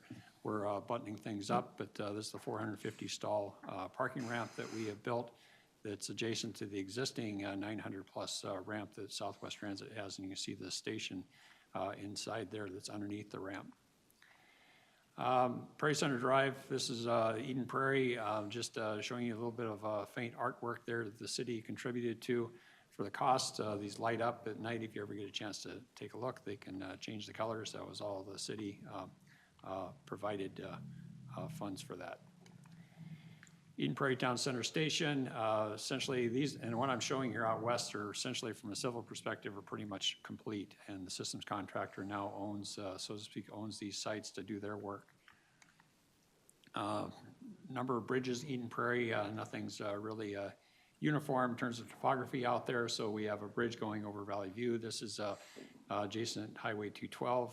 And if I do a kind of a 180 turn, look at the 9 Mile Creek LRT bridge that carries us on into the Golden Triangle area, the business park there, and there's the station. And just off in the distance is one of our larger bridges, the Highway 212 bridge, we're calling it. So that's the structure itself. That inset is another Eden Prairie contribution for the pier. We added some artwork to a couple of the piers on this bridge as well as the Valley View Bridge. And you can see the track is in place. We essentially have track all in place in Eden Prairie now. Moving further to the east is the City West Station. We have about 160 stall park and ride that'll be, you can see off to the left there. You can kind of see kind of a dark area off to the right. That's where the 62 tunnel is. So the LRT carries under the highway. And so the station in the foreground there. Moving on, this is the other side of that tunnel. That tunnel is just under 600 feet that goes under the highway. This is Opus Station. And this is one area where a lot of development, if you haven't been out in Opus, hopefully you know how to navigate out there because it's a kind of a tricky one-way endeavor out there, but there is a lot of development, a lot of housing going up in this, around this station. Just across, off to the right here is 1,000-unit, one of the photos that Michael had shown for apartments there. A couple of roadway bridges. We have these because we're carrying LRT underneath, and we just opened that Felto Road just recently. So traffic is starting to get back into original order as we had disrupted it quite a bit this past construction season. This is our longest bridge, I think it's just over 3,000 feet, so a couple images there. Just from the Spadana point of view off to the left to the north, and then the other image is looking the south from Hopkins area, K-Tel 5th, and you can see we're starting to get work in there for the track itself. Shady Oak Station, I should mention that of the 16 stations are essentially under construction on all of them now. 5 are more or less completed, and one of the challenges we're going to have, we're going to have a lot of things done out west, and right now the systems contractor essentially, quote unquote, owns that site, so they're responsible for the security of it. But at some point, we're going to be taking that on once systems gets done, and so we are looking at best practices, best ways we can protect our assets once those are ready. But I think I've spoken to you in the past that we still it's my vision that we could possibly get some trains out on the west to do some testing. It wouldn't be revenue service because we really couldn't perform that function, but we'd like to try to be ahead of the game and actually test out the west end while the Kenilworth Tunnel is getting completed. So that's something we're still pursuing with our operations folks. Downtown Hopkins Station, this was probably the first station that got more or less completed here, night vision there. And maybe just a little bit on the wickets there, we call them. This we took public work out of the project some time ago, but we worked with all the cities to come up with some graphic designs for what we're calling a wicket. So each station has its own signature in that respect, and I think these have turned out pretty nice. Probably our marquee bridge, the Excelsior Bridge, if you have been trying to navigate around Hopkins this past year, it's been a little difficult. We now have roadways open. We'll probably have some lane closures here and there as we finish this guy up next year, but really moving along here. Blake Road Station, another development off in the distance there. This is another station area that a lot is happening right here. There's a number of projects under construction at this location here. And Louisiana Station, a little busyness here, but it's where we take the station off the rail corridor. And what you're seeing on the left side is our southerly connector, which connects to the what's called the M&S Bridge. It's owned by Canadian Pacific. You can see the bridge in the background there.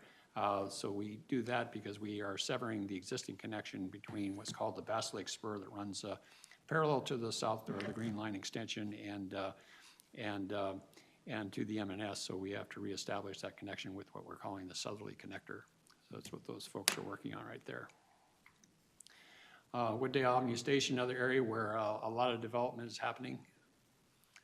And St. Louis Park here, of course, and this is Beltline Station, and a lot of development here as well. There's a kind of across the tracks is a pretty significant development the city is working on. We're partnering with them. We have a 268 stall need there at this station, and so the city is working with the developer to have that built as part of the project. We're contributing $2 million, which was already programmed with the project. And maybe off in the distance is the pedestrian bridge that we have. A lot of this was contributed by Hennepin County and St. Louis Park, and Three Rivers put some money into this to have a grade separated crossing. We have essentially another grade separated crossing at Wooddale, and then another one at Blake, which or say at Blake, where they go on, it goes underneath the roadway. And Westlake Street Station, we're in Minneapolis here now. And then we get to the tunnel. So secant wall, we've talked about this in the past. We're about 86% done with the secants right now. We're looking to get that done in the first quarter of next year. And overall, as I indicated, the tunnel itself is about 40% complete. So that's where, really, that's where we need to be focusing our work. The contractor, civil contractor, is scheduled to be done right now in September of 25. That's what we negotiated with them. So I would advise that we had a delay, which we talked about in the past about the secant work, that we had to delay that work for about 5 or 6 months. So we still need to understand that full impact. That may impact, but I can tell you tonight that I'm still feeling comfortable that we can look at 2027 for a revenue service date. But we'll understand that better as we get further on in the progress of this work. So I've just added a number of slides for the tunnel just to kind of show you the complexity. This is a tunnel that's about a half mile long. It runs ultimately under Cedar Lake Parkway, and it daylights just before what's called the channel between Cedar Lake and Lake of the Isles, where we have 3 bridges. And essentially, it's roughly, in the heart of it, it's about 40 feet deep, and we're about 20 feet into the groundwater. And so there's limited access to get to this guy. It's quite a bit of a challenge. This image on the left is it's kind of the beginning of the work where excavation starts. What you see on the right is what's called a teledipper. A little hard to tell in the faint with the clouds there, but it essentially reaches down into the groundwater. You can see off to the left, you can see that the arm, anyway, it's a clamshell that gets down and digs out the dirt and puts it in a hopper and carries it on a conveyor, which you see in this left photo, and then the excavator takes it and puts it into a truck and it moves it out on site. So that is a very cumbersome process. We've been, you know, it's just because of the limited access that we have to be able to get this accomplished. Just more images, you can kind of see the temporary structural framework. These members that go across are called struts. And they link into what are called the whalers, and the whalers are attached to the sheet piles that we have talked about in the past. And so we do this cell by cell, roughly 100-foot length cell, where it acts as a cofferdam. And the contractor essentially digs the material, the soil out. Eventually, they'll put in what's called a tremie cell. In this location, that tremie pour, it's concrete, it's about 8 feet thick. Once it's all said and done, it gets poured underwater so that you have the blue color because there's just a chemical reaction. We end up having to take that water out of those cofferdams. We pipe that to the Met Council's force main, which I'll show you an image of here in a short moment. So that goes through a treatment process. Just more images of the tunnel here. And you can kind of see the formulation of the work. And I think this next image, a couple of next images here, showing the, it's off to the right, you can see the tunnel structure itself. And essentially, we have to work in the wet and eventually get that water out, and we're working in the dry. That's the ultimate goal. And we have waterproofing surrounding the structure itself, so on the top, on the sides, and on the bottom.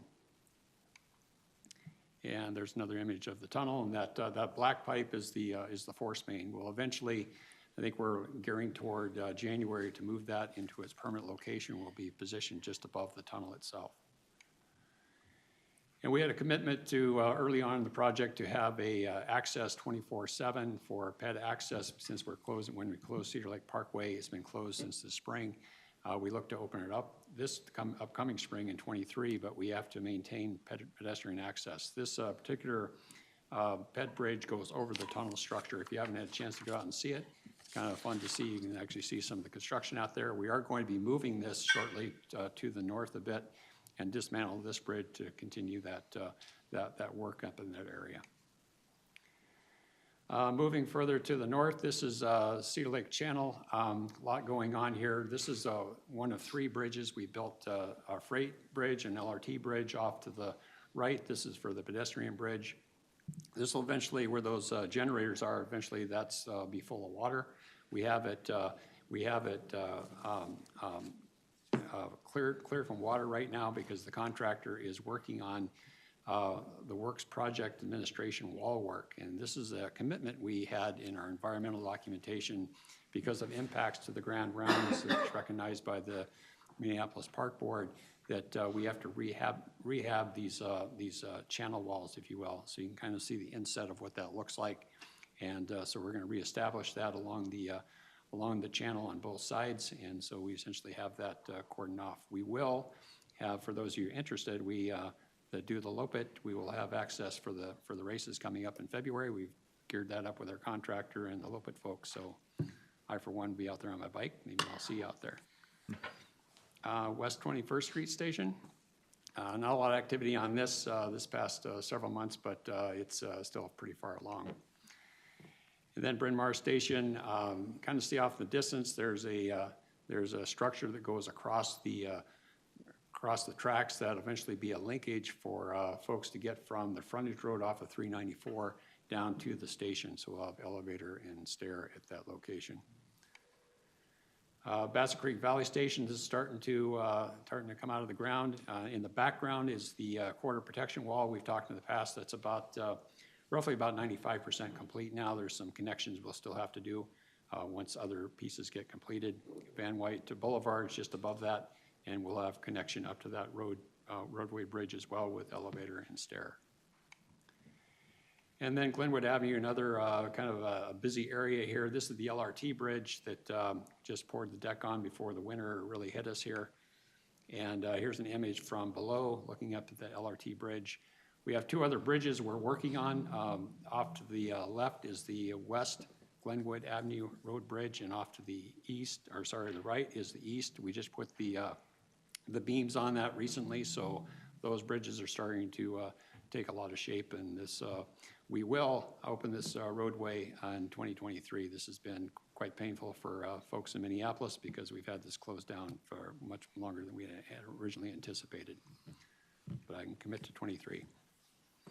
Royalston Avenue Station, our last station, you can see this is a side platform. We have 2 side platforms on the project. You saw the Southwest Station and this one. Others are our center platform. And then our last bridge that's just outside of the Haywood facility is the 5th Avenue 7th Street Bridge. This is an image looking toward the Haywood facility and then kind of turn around from Haywood. This is what it's looking like. So we still need to get over across the roadway, and you can see the piers off to the right there that will land us to the connection to the Target Center stations. So maybe go on to systems.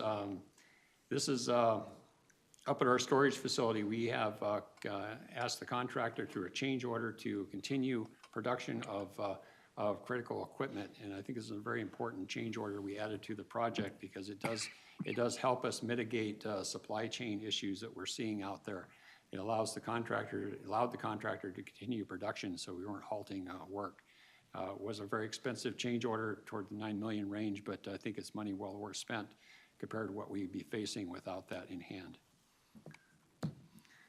Then some site work. The systems contractor is underway doing work, particularly out in the west, getting traction power substation foundations in place, and also OCS poles are starting to pop out of the ground there. We've got those all the way up through Eden Prairie. And just keeping tabs on the trails in green are what we've opened for folks to use, and in yellow are areas that are open, but those is a temporary condition. And areas in red, of course, we have the dates that we're projecting. We do hope to have some of these segments, even though they say 24, I'm gonna try to get some of these pieces open next year. And here's some images. This is in Hawkins, just the trail at 8th there, looking toward 11th, and then this is a Beltline looking towards Wooddale area. And then public involvement, a little bit of activity this year, 250 meetings. That brings us well over 2,000 meetings on this project since we started working. So we're still continuing to be out there meeting with folks. It's a regular thing that we do. David Davies does a great job with his team, James Makoviak, and to do the outreach. Yeah, they really handle a lot. So we're looking to staff up on that because there's been some transition with moving to other projects, but we're expecting 23 to be just as busy. And then for 23, we're gonna continue to communicate. We'll be looking to set up some tours. I know there has been some interest in the past. We've been talking to the Corridor Management Committee as well about doing that, and then we also have our local community groups that we continue to meet with on a regular basis to give the community members updates on the project. So, Madam Chair, I kind of whizzed through that pretty quickly, but I'll stand for any questions, and otherwise hand it off to John. Great overview. Councilmember Lee. Thanks, Madam Chair. Thanks, Mr. Alexander. My question, I think, goes into the weeds. Well, I was wondering if Opus Station was named after the company, and if so, let's say if the company closes or moves, what's our process to rename the station, or we would just keep the name? Madam Chair, council member, that's a good question. I would think we might want to consult with, well, in terms of Opus, if it, like there's, the area is called the Opus Business Park. Now it's becoming more residential, but I think that's something the council would have to take care of. I would advise if we do change now, we will have another change order to change the name of signage. So you might want to just consider that. Good question. Any other questions at this point? Yes, Councilmember Chambliss. Oh, thank you, Chair Cummings. I have a question about the difference between the systems integration work and the hard construction. Civil construction, thank you. So the 70% complete number, does that include the systems work? Yeah, Madam Chair, council member, that's kind of a whole project, a little over 70% for us as a whole. I don't have those numbers really delved out between civil and systems, but we could get that. Yeah, I think it would be good to get that information and explain kind of what the difference is and what the systems work involves. I mean, because that's kind of like that next phase, right? Mm-hmm. Yeah, we could, Madam Chair, we could certainly do that. We could, we've got some slides already for that. We could prepare that for next time to kind of delineate what's civil. Civil is really the hardscape of things, and systems is the elements that, it's all the equipment to run, to power, to communicate. It's those type of elements. So a lot of civil seeing is noisy, it's out there. We're closing roadways. Systems is less intrusive. But you're kind of working behind the scenes because people will be looking at the project when systems still needs to be done and say, aren't you done? And well, we're not done. We're still putting up things, putting in cable and testing. So. Yeah, I think that would be, Chair, very valuable for people because a lot of us are very visual. And yeah, we'll look at it. I mean, from my first tour of the Southwest Extension to where we're at, I mean, it's a significant lot of civil work that's been done.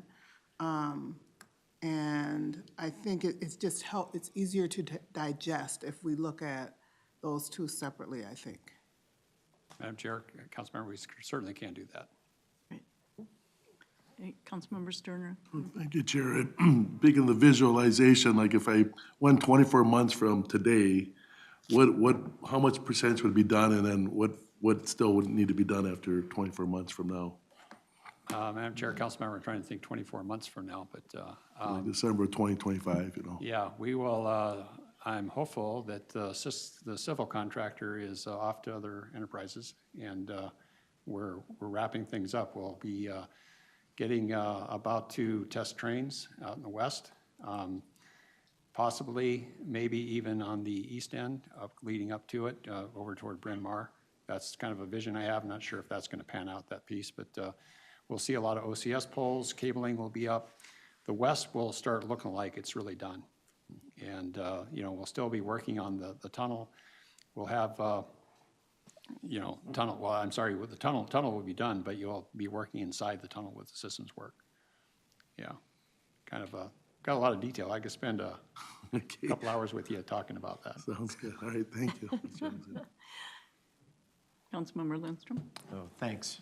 I guess building off some of the questions that have already been asked, but one of the unique things, looking at these pictures of especially those West End stations, they look complete, almost, you know, to the, just looking at a photograph. But they won't go into service for another 4 or 5 years. So I'm sure we'll get a lot of questions from the public about that, but also thinking about like the electronics that we put in there, that systems type work, the lighting. I mean, you must have to stage that in a certain way that you don't have lights out there for 4 or 5 years that aren't really being used. You know what I mean? It's kind of a head scratcher, you know, that it's. Yes, Madam Chair, Councilmember, that's what I was speaking of earlier. That's part of our challenge. So we've reconfigured the system's schedule to kind of follow along with our tunnel dilemma. And again, we'll be finished out west, and we're looking to really start exercising that part of the line. And really, in one way, it offers an opportunity for operations to get familiar with the system and to get synced in with it while we're finishing things up. But it is going to be a challenge for us. So we're going to have assets that are ready to go, but we're not ready to go with revenue service. So it's something we're looking at. Thank you. Any other comments, questions? All right, thank you. Over to Mr. Tao.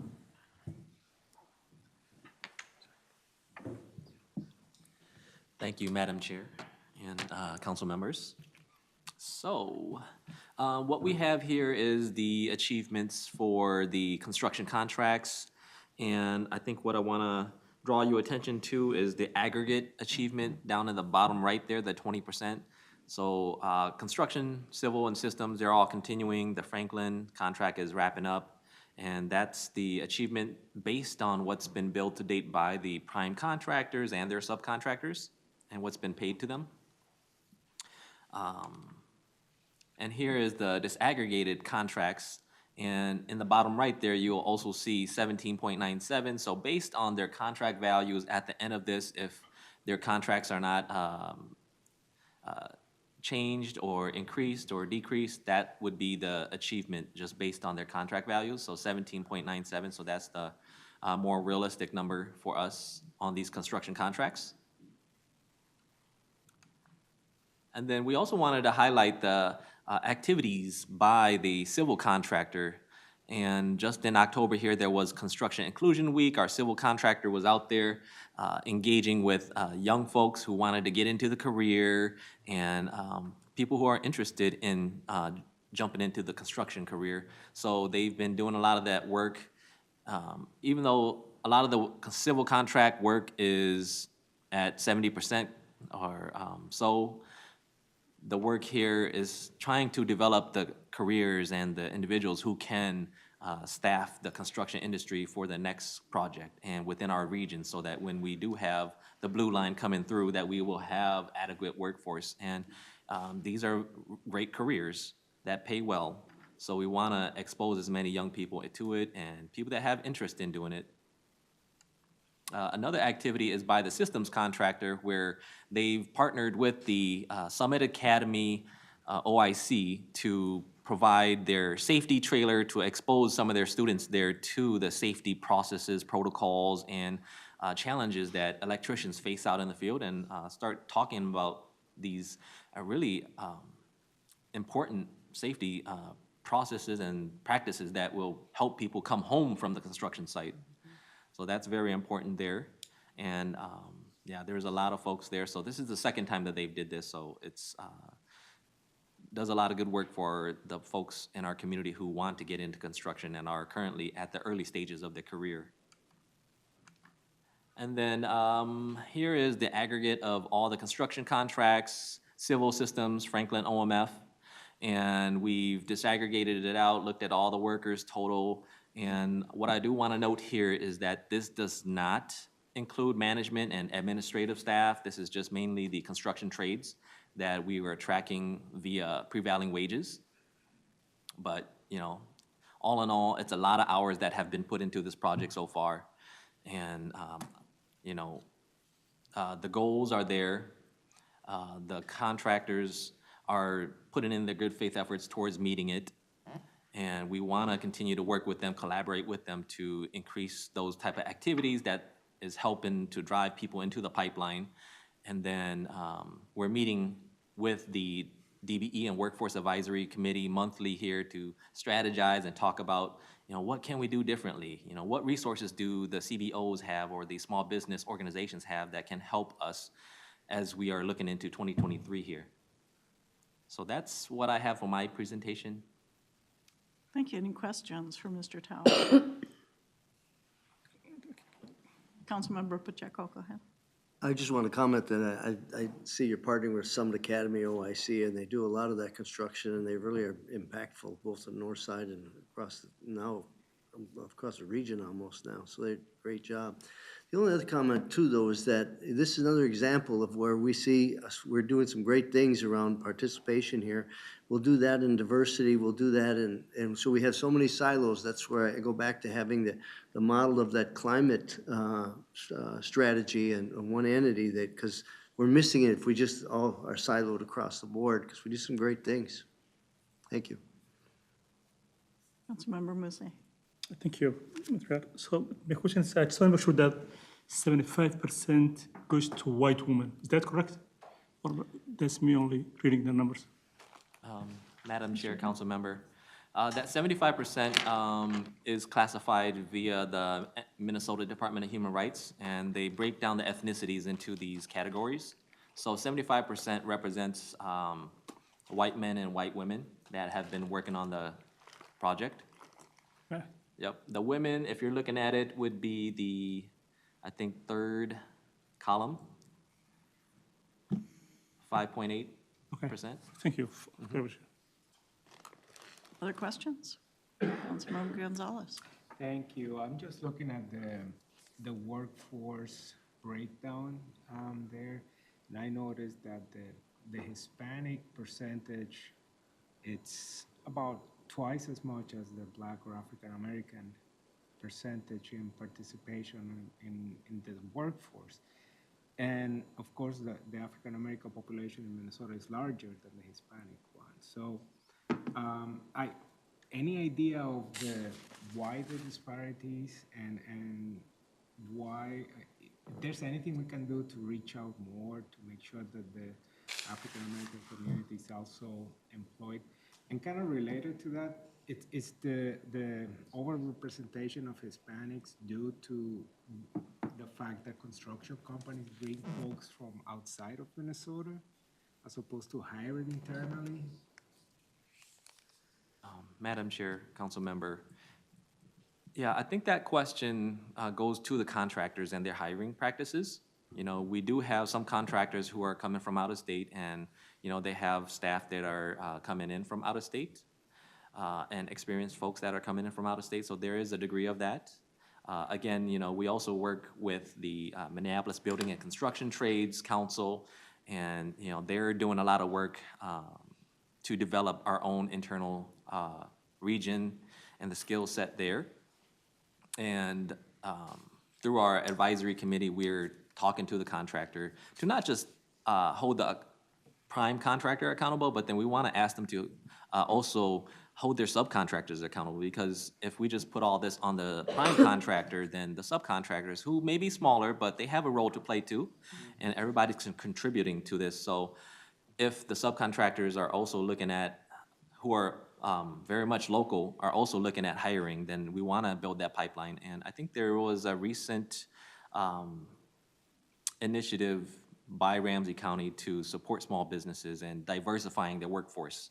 So that's something that we're talking about in 2023 is, engaging these subcontractors and bringing them to the table to say, hey, here's a great cohort program that you can tap into to get resources, support about how to diversify your core group, because year over year and project after project, it's the core group of folks that, if you're on the job, you're the core, you're gonna be moving up the chain and gaining more experience, and then you are also gonna be on more jobs, and therein lies how we can then increase the participation for women and POCI folks. Follow-up. I used to work in the Department of Labor and Industry, so I used to see contractors that will hire folks from outside of the state. And there are many, many who were from Hispanic background. So I think that it will be good to see, I don't know if you're keeping track of how many of the folks are actually residents of the state that work in this. I mean, not that people from Iowa don't have a right to make their living working here in Minnesota, but it would be nice to see how much of our dollars are having a local impact in folks that live here, if they're hired here and work here. Those are the folks that we need to promote, to train, because they are already residents of the state. So, there's a way to track that, and also to make sure to emphasize that with the contractors, that's what we want to see as much as possible. Local hiring, not just diverse hiring, but ideally diverse local hiring. Thank you. Thank you. Did you want to comment on that? Yes, Madam Chair and council members. I think Jim had shared a slide earlier that kind of breaks it down by zip codes. I forget what slide it's on, but it does have the zip codes of our region here and where the dollars are going back to, which counties. And I think it's 87 counties that it goes back to, that we have construction workers participating on the contract. So that's kind of how we would be able to track it and share that out. Thank you. Councilmember Sterner? Thank you. It looks like the purview for the DBA is more the racial diversity, but I know veterans is one of our diversity numbers too. I'm wondering, would you have a sense of what our percentage of veterans is on the workforce here? Madam Chair, council member, for veterans, it's not something that's tracked through the DBE program. I think that we can definitely look through the DBE names and see if any of them are self-identified, because they would have to self-identify that, because for the DBE program, it doesn't track veterans. So we can try to look up that information, and if we are able to find that for you, we can definitely share it out. But again, they would have to self-identify. Okay, thank you. Any other questions? No. Thank you very much. We'll look forward to the next quarterly update, which will be very different, I'm sure. Thank you. Madam Chair. Okay, and now our next item will be the Metro Transit Public Art Update from Mark Granlund, Public Arts Administrator. Welcome, Mr. Granlund. Thank you for your patience. Thank you.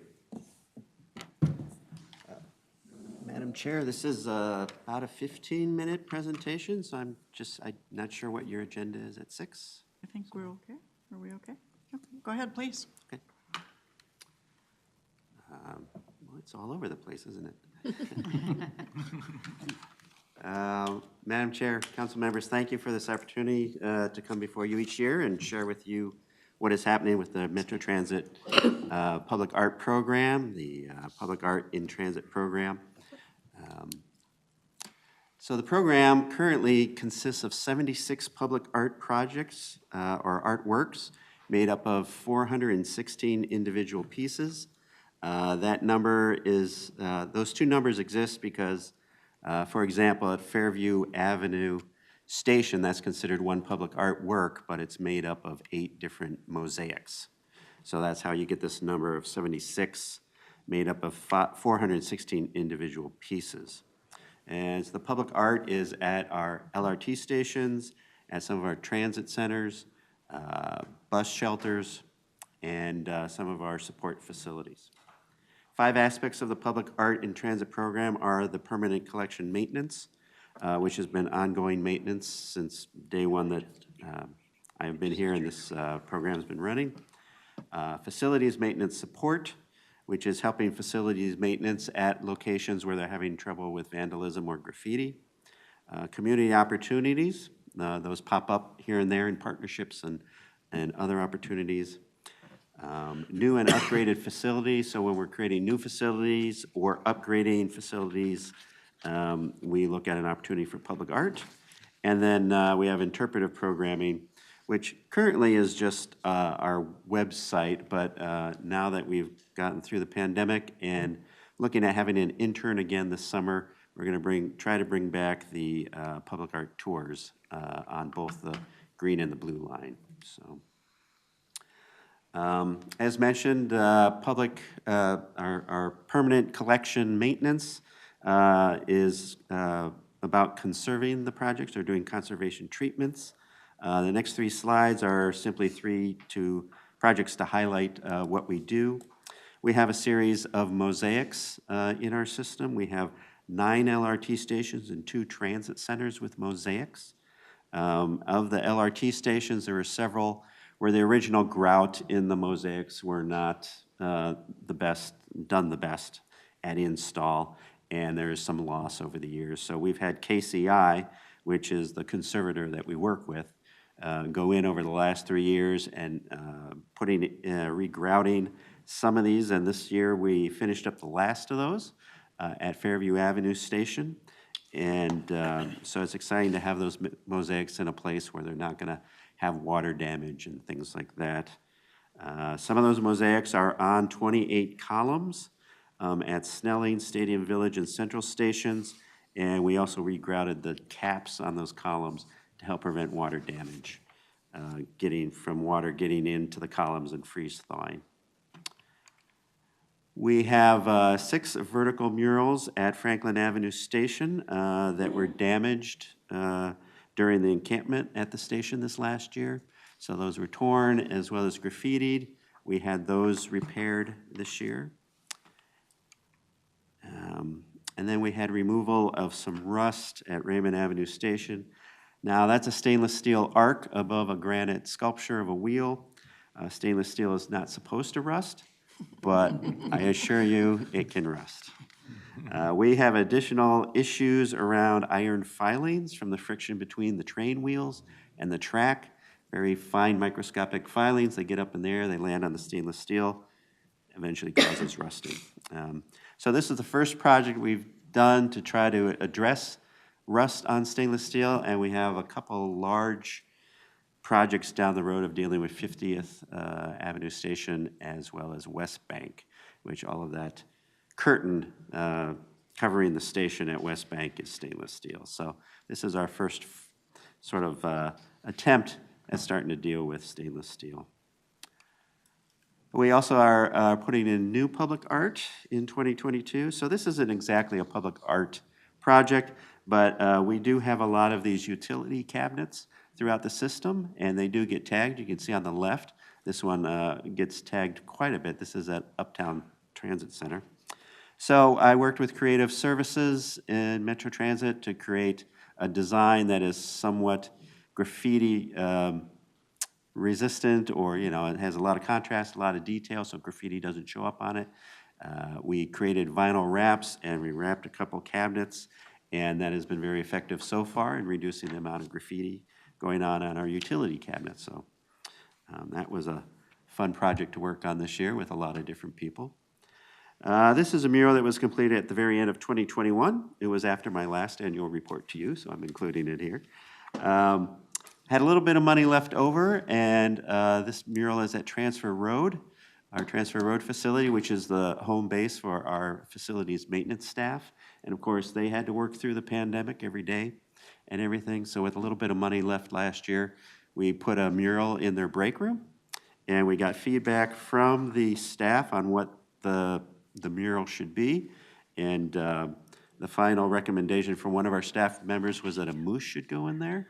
So Lily Lennox put a moose in the mural as well. So, and then large project that we had this year, Lake Street Midtown Station. It's been a site of a lot of graffiti ever since the protests over the murder of George Floyd. In partnership with CX360 initiative, we're wanting to improve the station before it eventually gets redesigned. And it was determined to place a temporary mural on these walls to be an improvement until the station is redesigned in a couple years. So this is before picture. This is an after picture of one of the walls. And this is another. There's four long walls like this in total. The artist for this is Hibak Ibrahim. And the great thing about working with her is that through this process, she became DBE certified, ended up being in the MCUB directory, so we could take advantage of that opportunity. And so that was a great thing. And then when I first came on board in this position, the very first public art new piece we were going to try to do was a sculpture to go in at Lake Street Midtown Station. It took 1.5 years to get a signed agreement because agreements were made for construction, not for public art, so it took a long time to develop that. Of course, as soon as we got it signed, the pandemic happened and it didn't end up happening. But with this process, from the time that we decided that these murals should go on these walls to the time that Hibak was out there working, took only 3 months. So big improvement over the last few years on our procedures around public art. And inside this station, we have a lot of graffiti on the walls along the stairways. So we are going to work on a wallpaper-like nature design that is by the artist Nikki Works, which is on the right of the screen. And we're going to wallpaper over some of those, and there'll be a nice anti-graffiti coating on the tops of these designs so that we can help reduce the amount of maintenance needed in there and hopefully be able to just wipe off some of the graffiti that happens. Other new artwork going up, bus shelter wraps. So we are looking at, or we've started a program where artists can submit designs to do bus shelter wraps. We've done a lot of work this year around safety and security with these. Most of these are going to be on a material that's 50-50 perforated, so it's see-through material. But it will have designs on it. We've also thought about locations, about each shelter design and which walls they should be on, if shelters are up against fences, if they're up against hedges, things like that in terms of safety and security. And happy to announce that starting this Friday, we have 6 shelters that are going to get this treatment of 6 different kinds of artwork and be put out the next week or 2. So very excited to see that. So this is a design by Genesis Lopez. This is a design of Nina Simone by Jendai Berry. And this is not the same program. This is a different program or project. This is, so talked about new and upgraded facilities. This is a Chicago Lake Street Transit Center. As many of you might know, the western vestibules in there are being closed down as part of the changes to that facility. And instead of just having an empty vestibule that you can see through the windows in, we're going to do some window treatments with artwork. And so on the lower left, you can see artwork by Margaret Carroll, who does abstract, colorful landscapes. And then on the lower right, Ted C. Hansen, who does portraits of fish. And so they each get a vestibule, one on each platform. And so that'll be, make it so that you can't see the interiors are empty. It'll add some color and some fun for our riders' experience. Big projects coming up, Franklin Avenue Station. We have a mural partnership we're establishing with NACD. They have a mural mentorship program with 3 emerging native muralists being mentored by Johnny Thunder, who is a local muralist.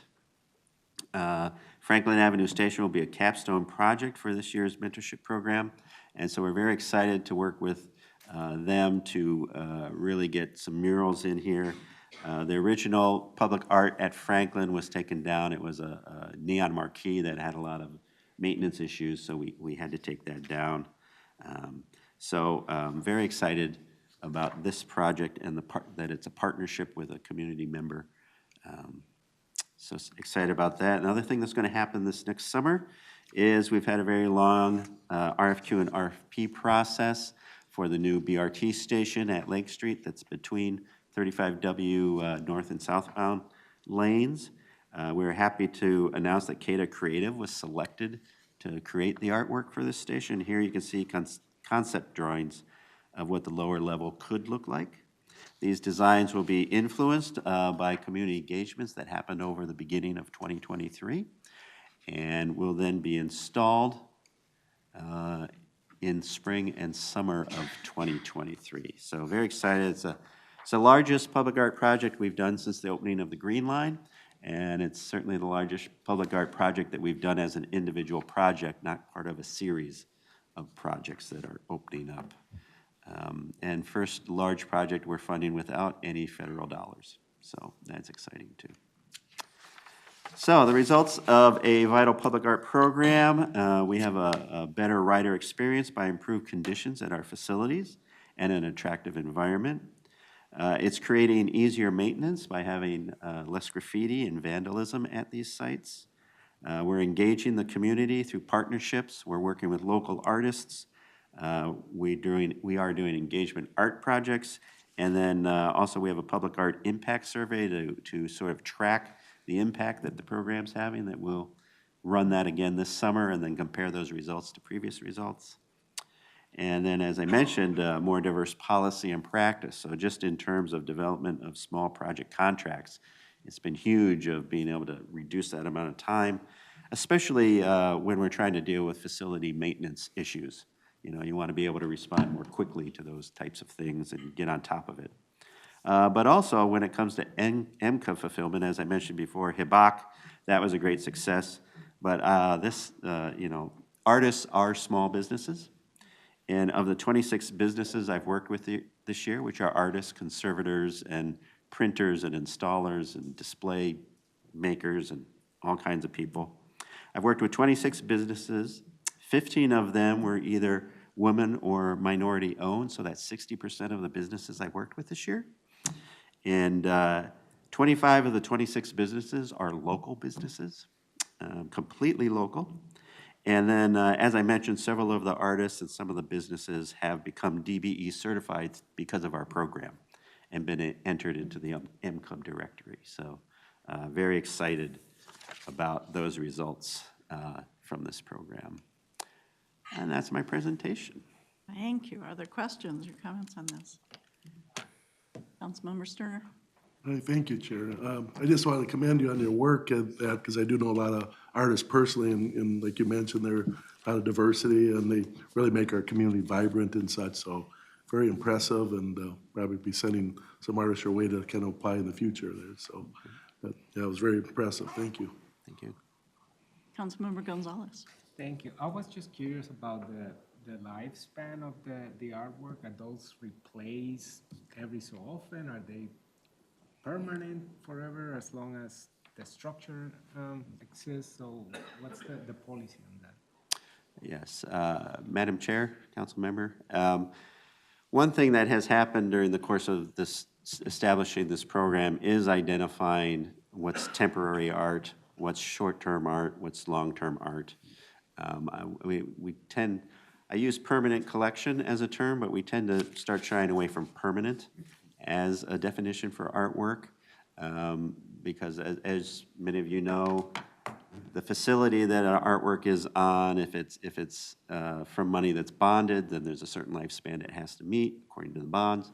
If it's local money, you have less strings attached in that sense in terms of permanence. But for the long-term works, we are setting certain ones like the one at the BRT station. that is to be a permanent artwork that people come to know and come to have a relationship with, that it impacts the community. But then at the same time, we've been able to develop these more short-term, temporary pieces, which still has an impact on the community, but has a little more energy, a little more change and stuff going on. So like these bus shelter wraps are not permanent. We sort of have a 2-year agreement with the artist to use the work, and then we can change that over if we want in that neighborhood. Other questions or comments? Councilmember Lee? Yeah, thanks, Madam Chair. Yeah, one of the coolest things about this job is that you learn something new every week, and I had no idea that we had staff dedicated to artwork, and we have such a robust art program. So thank you, Mr. Granlund, for your work, and I want to thank the staff for making sure that all of our facilities don't just look ugly to look at. Thank you. This is just an excellent presentation. It's really exciting to see. Thank you for all of the work that you've done. It's amazing. It's not just beautiful, it's not just practical, but there's so much community engagement. And then the placemaking aspect of these various projects, I think, is really, really important. And I love that you added in the break room, because that's just as important, that we support all of our staff members as well. So thank you for doing that. So thank you very much for your presentation. Thank you.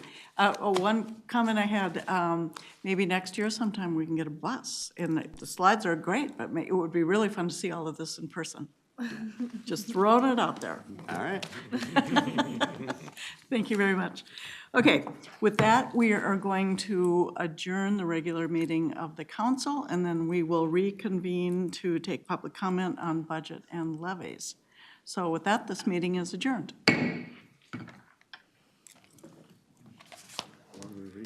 So nobody?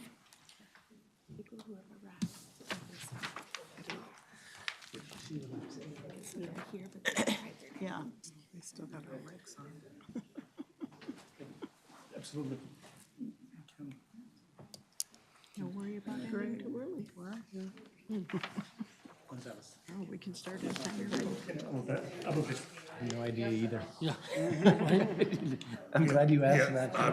Like, does anybody else know that we have an entire person dedicated to this? That's really cool.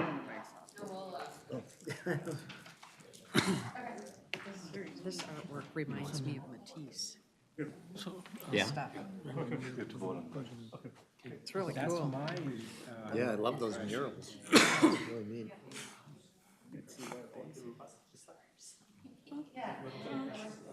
Yeah. Oh, cool. Thank you. Really, isn't that something? It's like, don't want to leave, we're not done yet. Cool job. What Let me get up some coffee. Yeah. a great overview of all that artwork. I had no idea. Huh.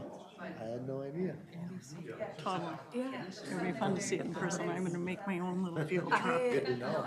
All the green line stations are really neat. Yeah, until you can Is tell. it 6:30?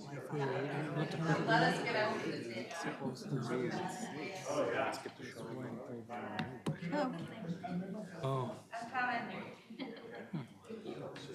I wonder who's gonna. The saxophone comes, but I have to get to it.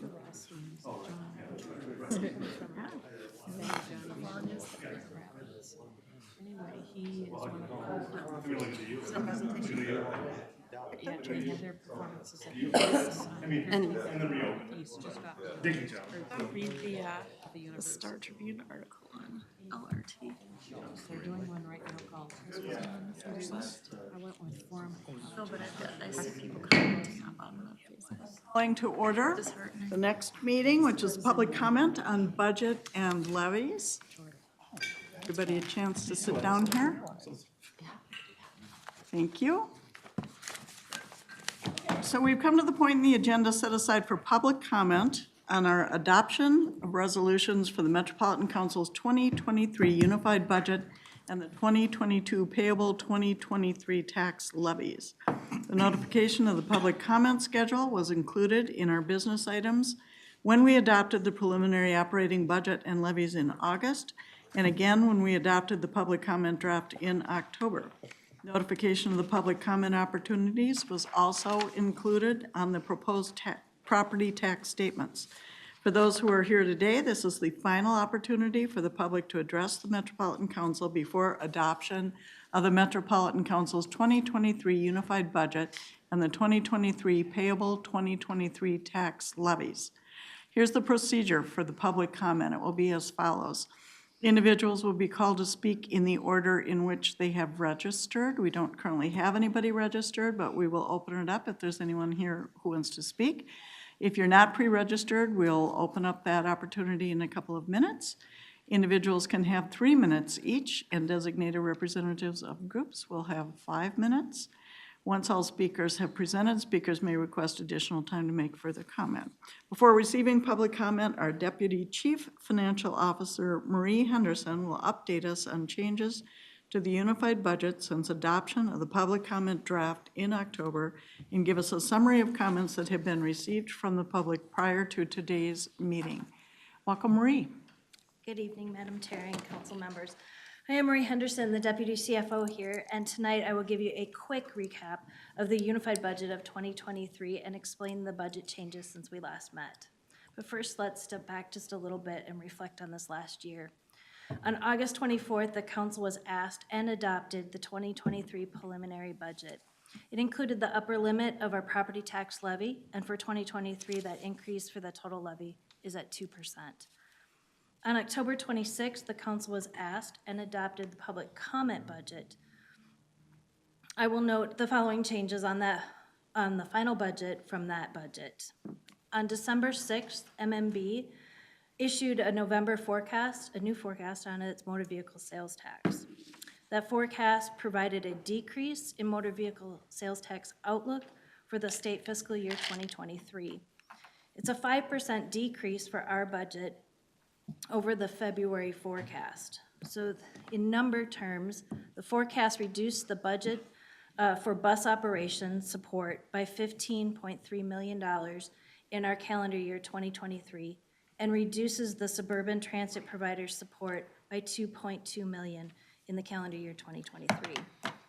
Other changes that you'll find in this final budget this evening from public comment include the reduce in local revenue of Metro Transit budget by $1.1 million and reduced fare revenue in Metro Transit budget by $3.9 million. This will be offset by the federal pandemic revenue in Metro Transit of $12.1 million and increasing Metro Mobility federal revenue by $12 million. There's also an increase of $646,000 in commuter rail expenses due to the revision in service levels and the recent BNF settlement. It also increases federal revenues on our environmental services from the state ARP money to help fund for the wastewater testing of COVID levels. And we've added one additional headcount in regional administration and procurement. So since October 26th, the council has proactively promoted the availability of this comment draft, including advertising it and in the public hearing through social media and through council members of each of the 16 districts. An opportunity for in-person comment from members of the public will be provided tonight. At this point, we have only received one comment that was written in on our budget, and it really was not budget related, but wanted to share with you that this was a request to have light rail service for reduction of 15-minute intervals down to help reduce commuter times. We will be asking for approval tonight for the 2023 unified budget, which includes resolution adopting the budget and the tax levy. I want to thank Stuart McMullen and his team for the hard work and the many hours that they have put in on this budget. Also the finance directors and executive support from each of our divisions. We will allow for public comment at that meeting, so I will turn it back to you, Chair, for this. Thank you. Thank you, Marie. We'll now receive public comment. There is no one who has signed up to comment, but just in case there's somebody in the audience that I can't see that would be interested in making a comment? Is there anybody out there? Madam Chair, Yes. did anybody talk to the people that were here? Because I don't know if we confused them when we adjourned briefly, if they thought they missed their opportunity. I didn't realize until we sat down again that they left, but. I think I heard one of them say, if there isn't anybody from the public here, I want to hear somebody speak. So they don't think they came to speak, I think they came to hear others potentially address. Thank you. Thank you for asking. It's important. So, seeing no one, I will close the public comment on the adoption of the Metropolitan Council's 2023 Unified Budget and the 2023 payable 2023 tax levies. And I will turn this over to Councilmember Johnson. Oh, I don't have my talking points. Wow, okay. But Madam Chair, I would move adoption of the 2023 final, thank you very much. I could wing it. I've probably done this enough where, thank you, Marie, appreciate that. And guess what? I am moving adoption of the resolution of the Metropolitan Council's 2023 Unified Budget and the 2022 and payable 2023 tax levies. The notification of the public comment schedule was included in our business items. We adopted the preliminary budget and levies in August, and again, we adopted the public comment draft in October. Notification of public comment opportunities was also included in the proposed property tax statements, which we all got. Changes to the final budget from the public comment budget adopted October 26 were just described by our Deputy CFO. Thank you very much. And include incorporating the November MVEST forecast into the budget, reductions to local government and fare revenue in the transportation budget, and an accompanying increase to the federal revenues for transportation. A motion now is now in order to approve business item 2022-287 to adopt resolutions 2022-23 through 28 that adopt the council's 2023 unified budget and 2022 payable 2023 property tax levies. Thank you. Is there a second? Second. Is there any discussion? Madam Chair? Yes. I just want to thank the staff for keeping us updated along the way. I know as the management committee has gone through this fall, and even as of today, we were updated on a lot of the numbers that we're seeing here in the final budget that we're talked about tonight. But as it relates to projects that we have going on, they've done a great job working on this budget and also seeing as the numbers change in real time how we can adapt and make sure that we've got a solid budget going forward. So I just want to thank everybody who's been involved. It's a lot of hard work, and we thoroughly appreciate and you know, the time that you've put into this, and I think we've got a solid budget moving forward for 2023. Thank you very much. I think this is arguably one of the most important things that we do as a council each year is approving this budget. So again, reiterating the thanks to everybody who had input. This is a changing, shifting sands. No one's got the crystal ball, so this is pretty amazing work. So thank you for that. And if there are no other comments, Bridget, would you call the roll? Johnson. Aye. Chambliss. Aye. Garber. Aye. Pacheco. Aye. Mose. Aye.